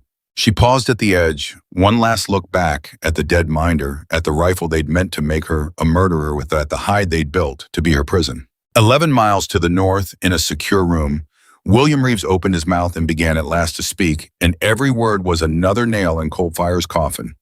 And on the ridge, a broken soldier, who was no longer broken, and no longer a soldier, and no longer anyone's weapon, slipped out of the hide with her spotter at her side and vanished into the Scottish hills, hunting now fully awake. Exactly what her father had raised her to be, and exactly what Coldfire had been foolish enough to reach for. They came looking for a weapon. They found a Blackwood, and somewhere out in those gray hills the Ghost was waiting, and the real war, the one Kate had been born to finish, was only just beginning. They found Ghost 2 miles into the hills, exactly where a man like him would be waiting in a position with good sight lines and better exits. And when Kate and Marcus came over the rise, he lowered his rifle and let out a breath that seemed to carry 6 years of weight. You're alive, he said, and his voice cracked on it. Both of you, and Reeves, inside, Kate said, testifying, the shot never happened. Their man's dead in the hide. She dropped down beside him, breathing hard from the run. Ghost Vance is gone. Marcus heard there was a body last night. Security liaison. We think it's her. Something moved across the old SEAL's face, grief and calculation at once. Then they made her, he said quietly. Or, he stopped. There was a note last night. Someone dropped a note at your window saying Vance was Coldfire, wasn't there? Kate went still. How do you know that? Because I've been trying to figure out for 12 hours who dropped it, Ghost said grimly. It wasn't me. It wasn't anybody on our side, which means Coldfire dropped it to turn you against Vance. And if they went to that trouble, it's because Vance was real. She was our friend Katie, and they killed her, and then they tried to poison you against her memory so you'd have no one left to trust. His jaw tightened. Which means the plan she built with me last night is the only plan we've got, and I'm the only one left who knows it. Then tell me, Kate said, because Graves knows now. He knows their weapon turned. He said they're everywhere. He said they're in the room with Reeves right now. He said the witness will never leave that building alive. Ghost's eyes sharpened. He said in the room, his words, we are in the room with him right now. Then testimony isn't enough. Ghost was moving, already gathering his gear. We knew this. Vance knew it. That's why the plan didn't end with Reeves talking. Katie listened to me fast. Coldfire survives because it lives inside the house. Reeves can name every operator, every account, every kill, and it won't matter because the people who'd have to act on his testimony are the same people Coldfire owns. Testimony into a compromised system dies in the system. That's how they've survived 40 years. He slung the rifle. So Vance built something else, a way to make the testimony impossible to bury, and it depends on one thing happening that hasn't happened yet. What thing? Graves, Ghost said, in the open, on the record, confessing what Coldfire is, where every witness in the world can see it and no compromised official can make it disappear. He looked at her. Vance's plan was never just to save Reeves, it was to use Reeves as bait. Get Coldfire to move openly to silence him, get their leadership exposed in the act, and capture it in a way that can't be contained. And the person who was supposed to draw Graves into the open. He paused. Was you Katie, the weapon that turned? Vance knew that the moment their asset defied them, Graves wouldn't send some underling. His whole operation just collapsed in front of the entire Allied intelligence community. He'd have to come himself, to clean it up personally, to kill you personally. Kate understood cold and clear. I'm still the bait, just for a different trap now. You're still the bait, Ghost confirmed. And here's the part Vance didn't get to tell you before they killed her. There are people watching, right now. Every observer at that exhibition, every intelligence service that sent someone, they all just watched Coldfire's assassination attempt fail live. They saw an asset turn. They're confused, they're scared, and they're paying attention in a way they never have before. That's the window. That's the one moment in 40 years the whole world is looking directly at Coldfire and waiting to understand what they just saw. He gripped her shoulder. If we can put Graves in front of that audience, it admitting what he is, it's over. Not just for today, forever. Because you can bury a witness. You can't bury 40 intelligence services all seeing the same thing at once. Marcus spoke up tight. And how do we put Graves in front of anybody? He's not going to walk into the open and confess. He's going to send men to kill us and burn the evidence. He's going to come himself, Kate said slowly, the pieces assembling. Ghost is right. His operation just failed in front of the whole world. He can't send a subordinate. He has to fix this personally, and he has to do it fast before Reeves finishes talking and before the observers start asking questions he can't answer. She looked at the two of them. So we give him a reason to come to a place we choose. We make ourselves the loose end he has to tie off with his own hands. And we make sure that when he does, the whole world is watching. Ghost almost smiled. Now you're your father's daughter. The next 90 minutes moved like a knife. Ghost had a vehicle stashed and a bag of things a man like him always carried. And as they drove, he laid out the last of what Vance had built. There was a channel he set away to reach the observers directly to put a signal in front of every intelligence service at that exhibition at once. Vance had set it up a failsafe in case she didn't survive. It was a dead man's switch, and the moment Ghost triggered it, a package would go out. The recording of Kate's radio confrontation with Graves, the coordinates that proved the assassination attempt, everything they had. But a recording alone could be dismissed, doctored, buried.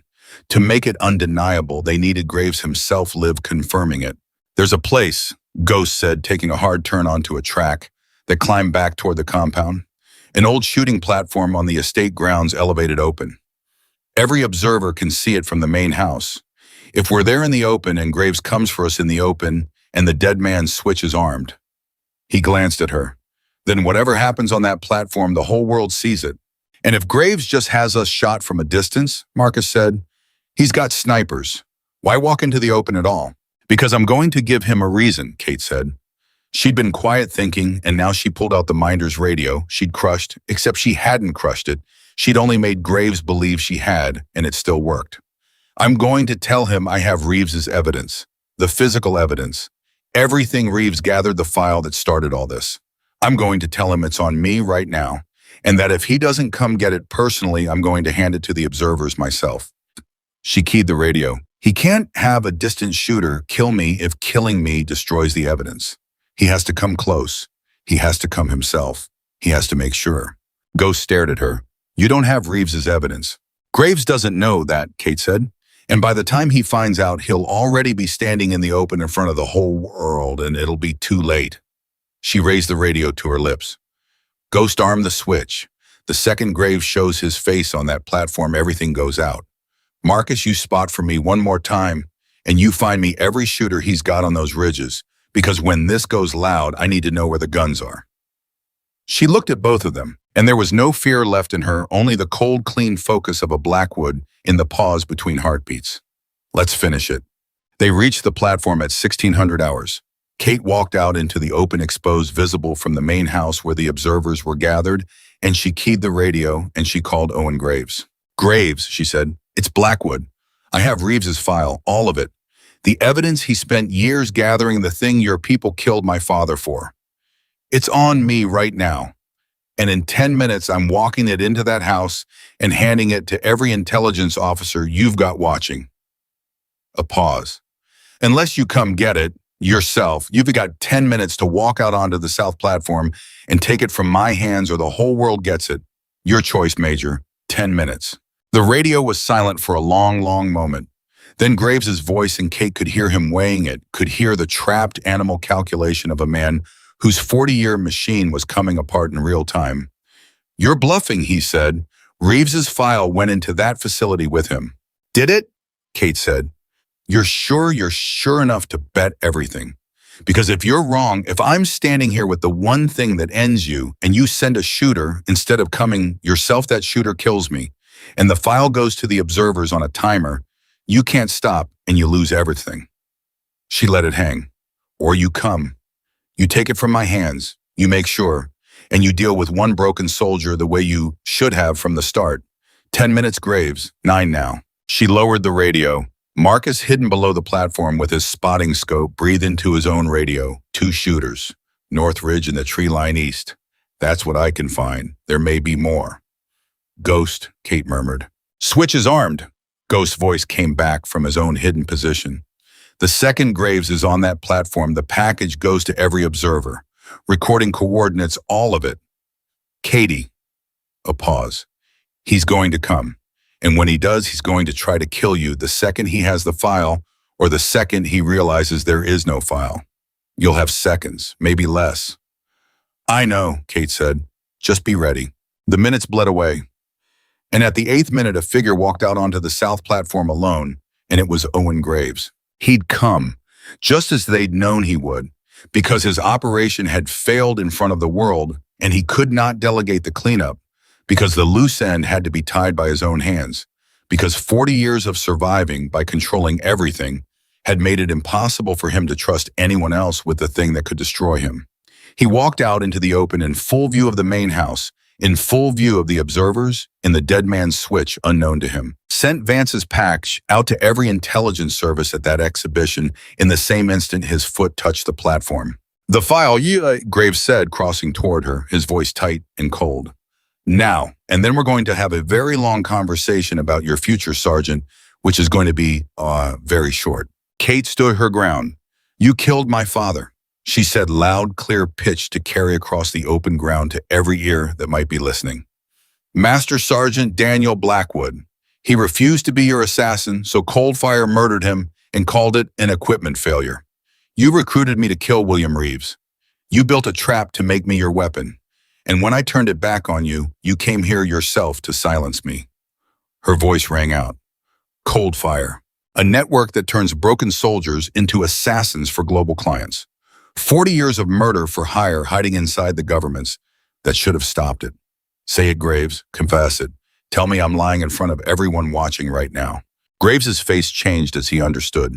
His eyes flicked to the main house, to the windows full of observers, and back to Kate. And Kate watched the horror of it land, watched him realize he was standing in the open on the record in front of the entire Allied intelligence community, being made to confront the truth of cold fire out loud. "You think this changes anything?" Graves hissed, but his voice had lost its certainty. "You think an accusation from a discredited soldier means anything? I'll have you buried so deep." "It's not just an accusation," Ghost's voice boomed across the ground, and the old SEAL rose from his hidden position, a recording device held high. "Vance's package just went out. The recording of your assassination attempt. The coordinates. Reeves is testifying inside right now, naming every one of you. And you just walked into the open and confirmed it in front of 40 intelligence services." He stepped forward. "It's over, Graves. There's no house left to hide in. They're all watching. All of them. And there's nowhere on this earth you can bury what they just saw." Graves went for his weapon. Kate had known he would.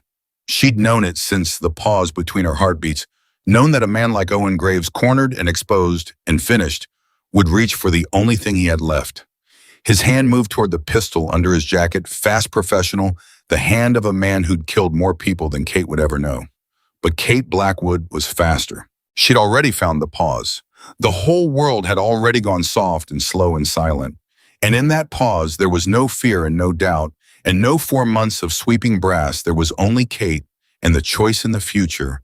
And she drew the minder's pistol, and she did not hesitate, because her father had taught her that the shot belongs to the person who decides first, and she had decided a long time ago, in a small, dark bathroom with the water running exactly who she was. She fired once.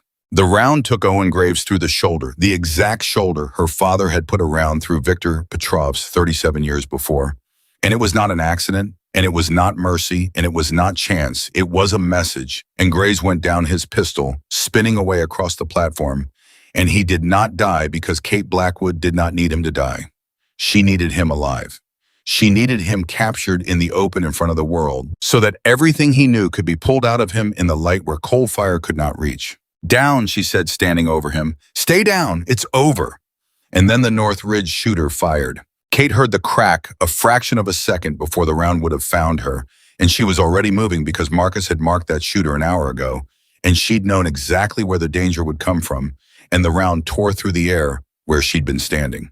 But the North Ridge shooter never got a second shot because a rifle spoke from the east, from a position no one had accounted for, and the shooter on the North Ridge went silent. Kate turned. On a rise to the east, lowering his rifle, stood Viktor Petrov. The old Russian had chosen. In the last moment, with everything hanging in the balance, the man who'd carried a piece of her father in his shoulder for 37 years had decided to stop being the machine's servant and to do at last one thing right.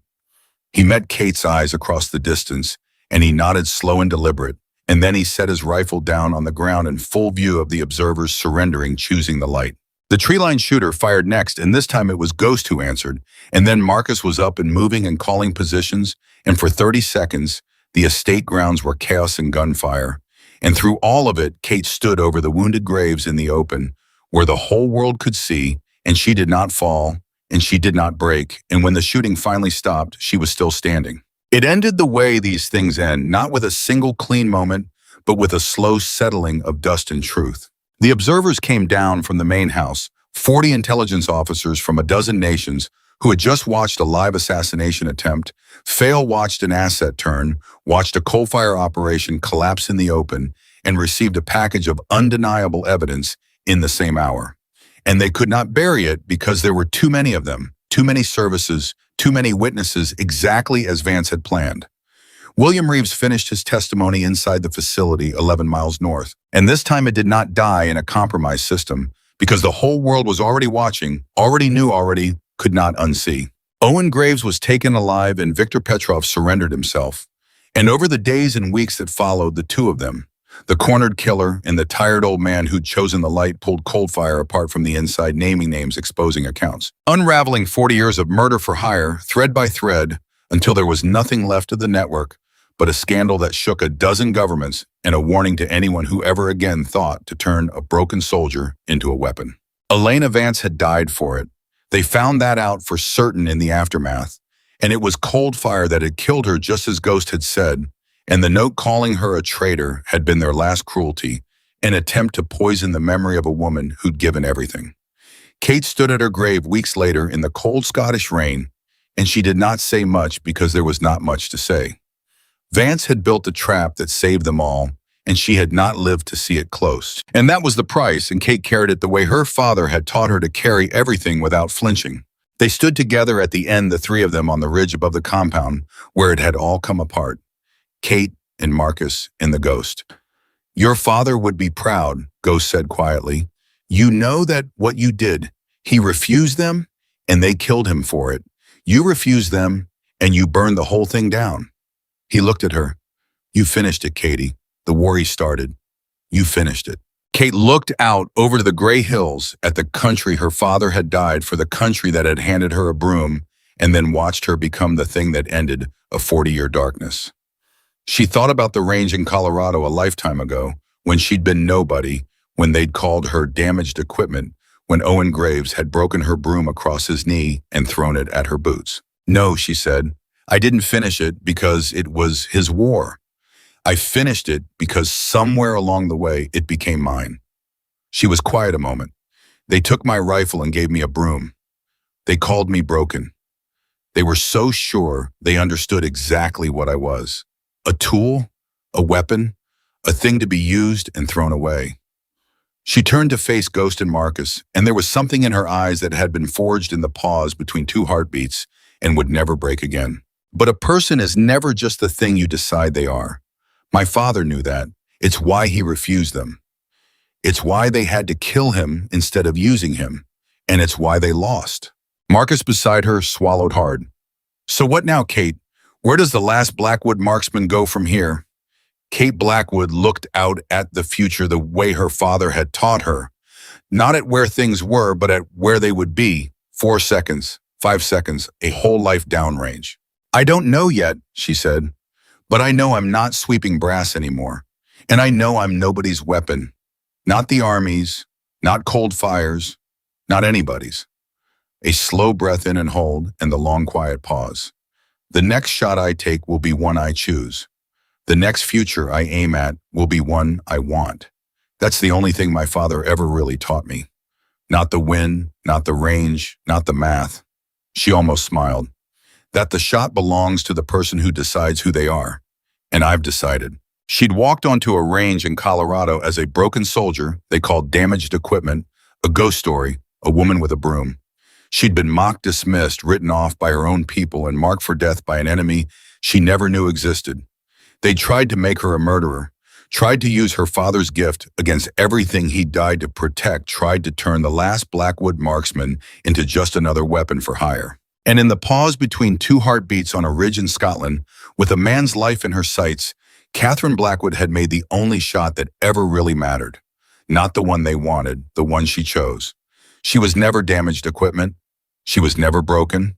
She was never anybody's weapon. She was Daniel Blackwood's daughter, the finest marksman the world had ever seen. And when the whole world tried to decide who she was, she picked up the rifle they swore she'd never touch again and answered them with a single perfect, impossible shot. And that answer echoes still.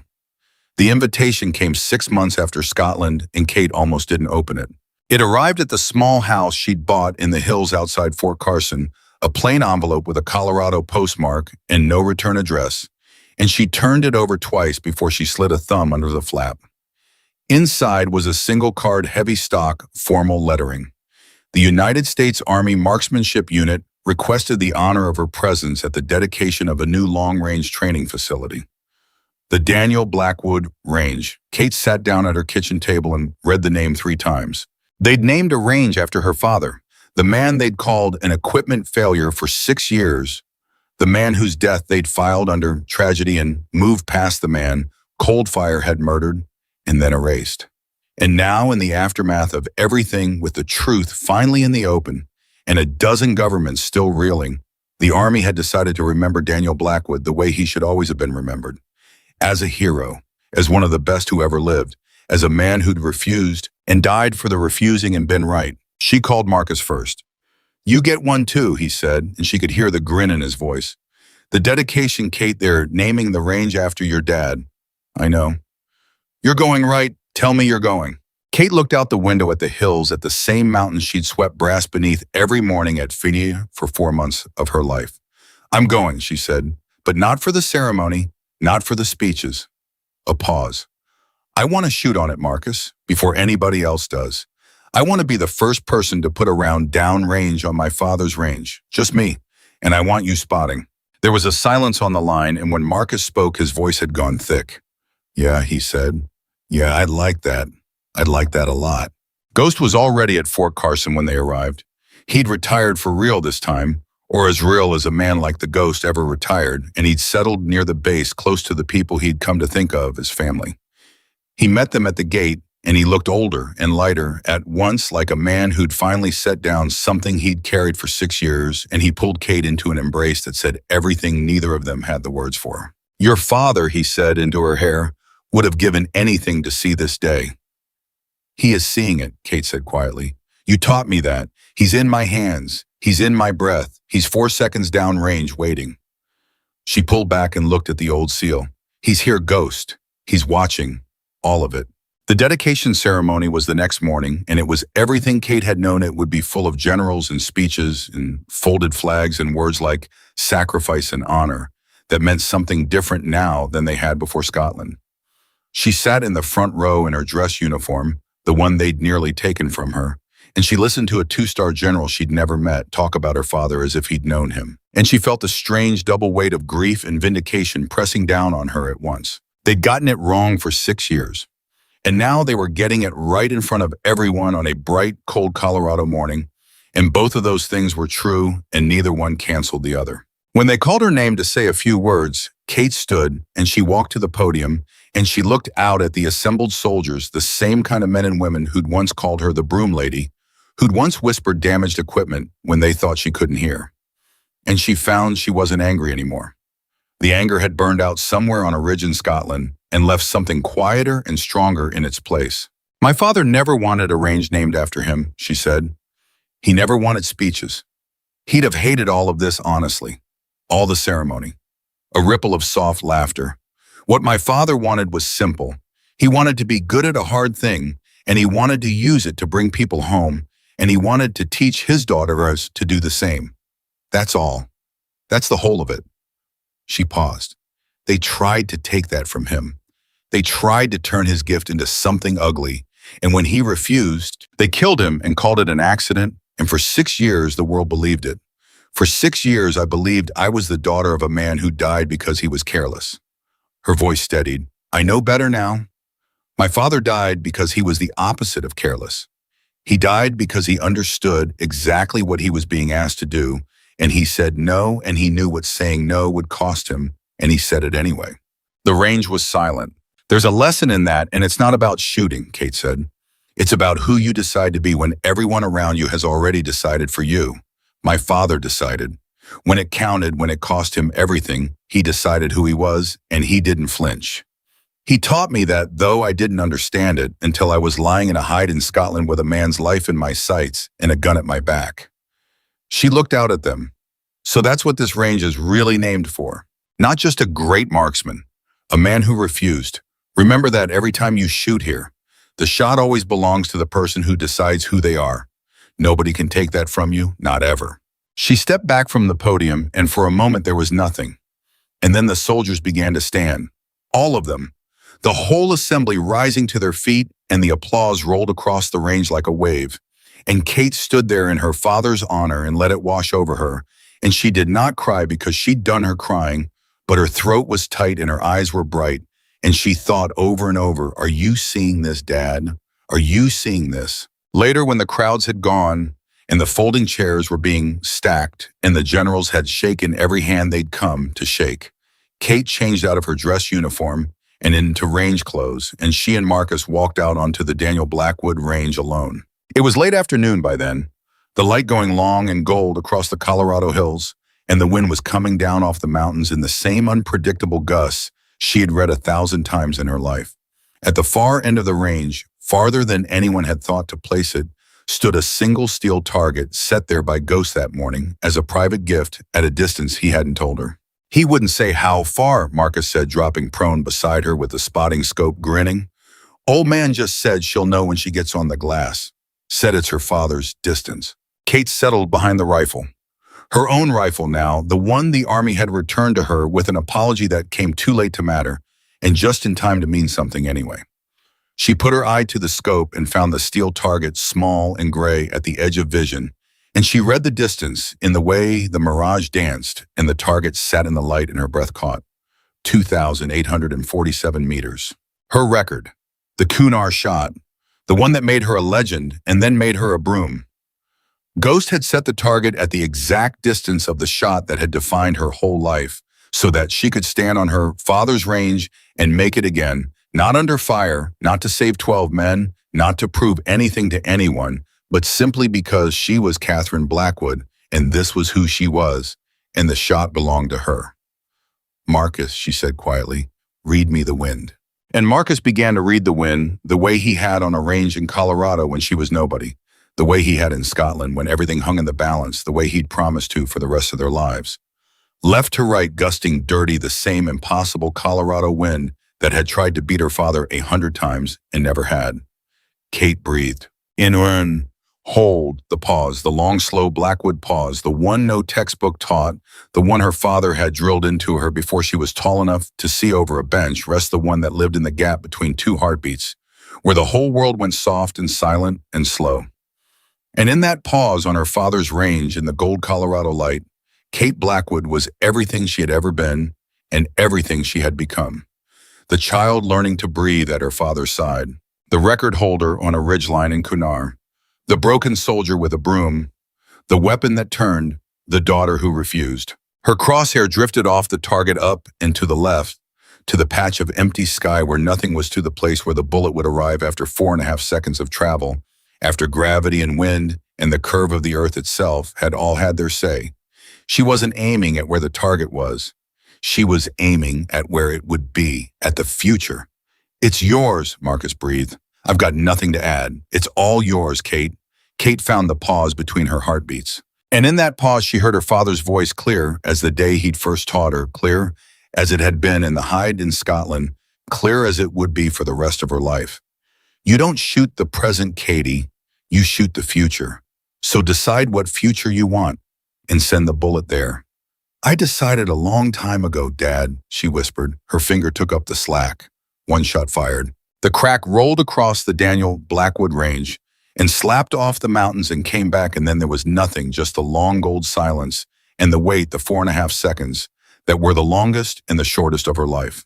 The bullet climbed and began to fall. The wind pushed it, and it went exactly where Kate had told it to go. Marcus had his eye jammed against the scope, not breathing, and Kate stayed behind the rifle, calm as still water, because she'd already sent the shot to the future, and now she was simply waiting for the present to catch up. 4.5 seconds and far down range at 2,847 meters on the range that bore her father's name, the steel target rocked backward on its stand. Center mass. Marcus made a sound that wasn't a word, the same sound he'd made on a range 6 months and a lifetime ago, and he rolled onto his back and laughed up at the Colorado sky, laughed until his eyes were wet. And Kate stayed behind the rifle a moment longer, breathing in the old rhythm, and she thought, "Hi, Dad. I found you, right where you always are. 4 seconds downrange waiting." She got up slowly, and her hip barely protested anymore, healed the way she'd healed all the way through. Ghost was walking out onto the range toward them, and he'd seen the target rock, and he was shaking his head with something on his weathered face that Kate had never quite seen there before. Peace, maybe. The peace of a promise kept. 2,847, he said, stopping in front of her. "On your father's range. First round downrange." He looked at the distant target, still swaying gently on its stand. "You know what he'd say if he was here? Tell me." Ghost smiled and his voice cracked. "He'd say that's my girl. And then he'd tell you the wind was easy today and you should try it in a real crosswind." He laughed, and it turned into something else halfway through, and he pulled her into an embrace, and Marcus got up off the ground and joined it, and the three of them stood there on the Daniel Blackwood range in the long gold light, the Ghost and the Spotter, and the last Blackwood marksman family in every way that mattered. That evening they ate together at Kate's small house in the hills, the three of them, and they told stories about her father, the ones Ghost had carried for years and never had anyone to tell them to. And Kate learned things about her dad she'd never known. Small human things, the way he'd hum off key when he cleaned his rifle, the way he'd once talked an entire squad out of a bar fight with nothing but a card trick and a straight face. And she laughed until her sides hurt, And it was the good kind of grief, the kind that means the person is still with you, woven into the laughter present in every story. Late in the night when Marcus had gone home and the dishes were done, Ghost lingered on the porch looking out at the dark hills. "You did what I promised him," he said quietly. "Your father. The last time I saw him, he asked me to find you and not let them do to you what they did to him. I kept that promise, Katie. Took me 6 years and it nearly killed all of us, but I kept it." He turned to her. "I'm not a young man. I don't have another war in me. But I wanted you to know before I get too old to say it right that finding you was the best thing I ever did. Better than any op. Better than anything. Your father gave me my life back twice in Kandahar, and I finally paid it forward, and I got a daughter out of the deal I never expected." His voice roughened. "That's what you are to me now. You know that, right? That's what you both are." Kate stood beside the old SEAL in the dark, and she thought about the range where they'd once called her damaged equipment, about the broom broken across a knee, about 4 months of silence, and a lifetime of being decided for. And she thought about how far she'd come, not in distance, not in meters, but in the only measure that had ever mattered, the measure her father had died teaching her. "I know," she said. "You're family ghost. You have been since the day you said good morning to a cleaning woman nobody else would look at." She leaned her head against his shoulder. "You saw me. When nobody else would, you saw me. I'll never forget that. Not as long as I live." They stood there a long while, not talking, just watching the dark hills and the far cold stars. And somewhere out there, the Daniel Blackwood Range lay silent in the night, a steel target still swaying gently at 2,847 meters, marking the spot where a legend had made the impossible real one. More time on her father's ground in her own name for no reason but that she'd chosen to. Katherine Blackwood had walked onto a range as a broken soldier the world had thrown away. She'd been mocked and dismissed and marked for death, used as a weapon, and nearly made a murderer. And through all of it, she had refused the way her father refused, until the refusing burned down a 40-year darkness and gave a murdered man his name back. And now she stood on a porch in the Colorado hills, healed and whole and free, family beside her father's voice forever in the pause between her heartbeats, and she was not damaged equipment, and she was not broken, and she was not anybody's weapon. She was Daniel Blackwood's daughter, the finest marksman the world had ever seen, and she had finally fully come home. The wind came down off the mountains, the same wind her father had read 1,000 times, and Kate Blackwood breathed it in and hold, in the long quiet pause, and she smiled into the dark. Some shots you take to prove something, some you take to save someone, and some, the best ones, the ones that matter most, you take simply because you've decided who you are, and no force on earth can decide it for you. Kate had decided, and she was home.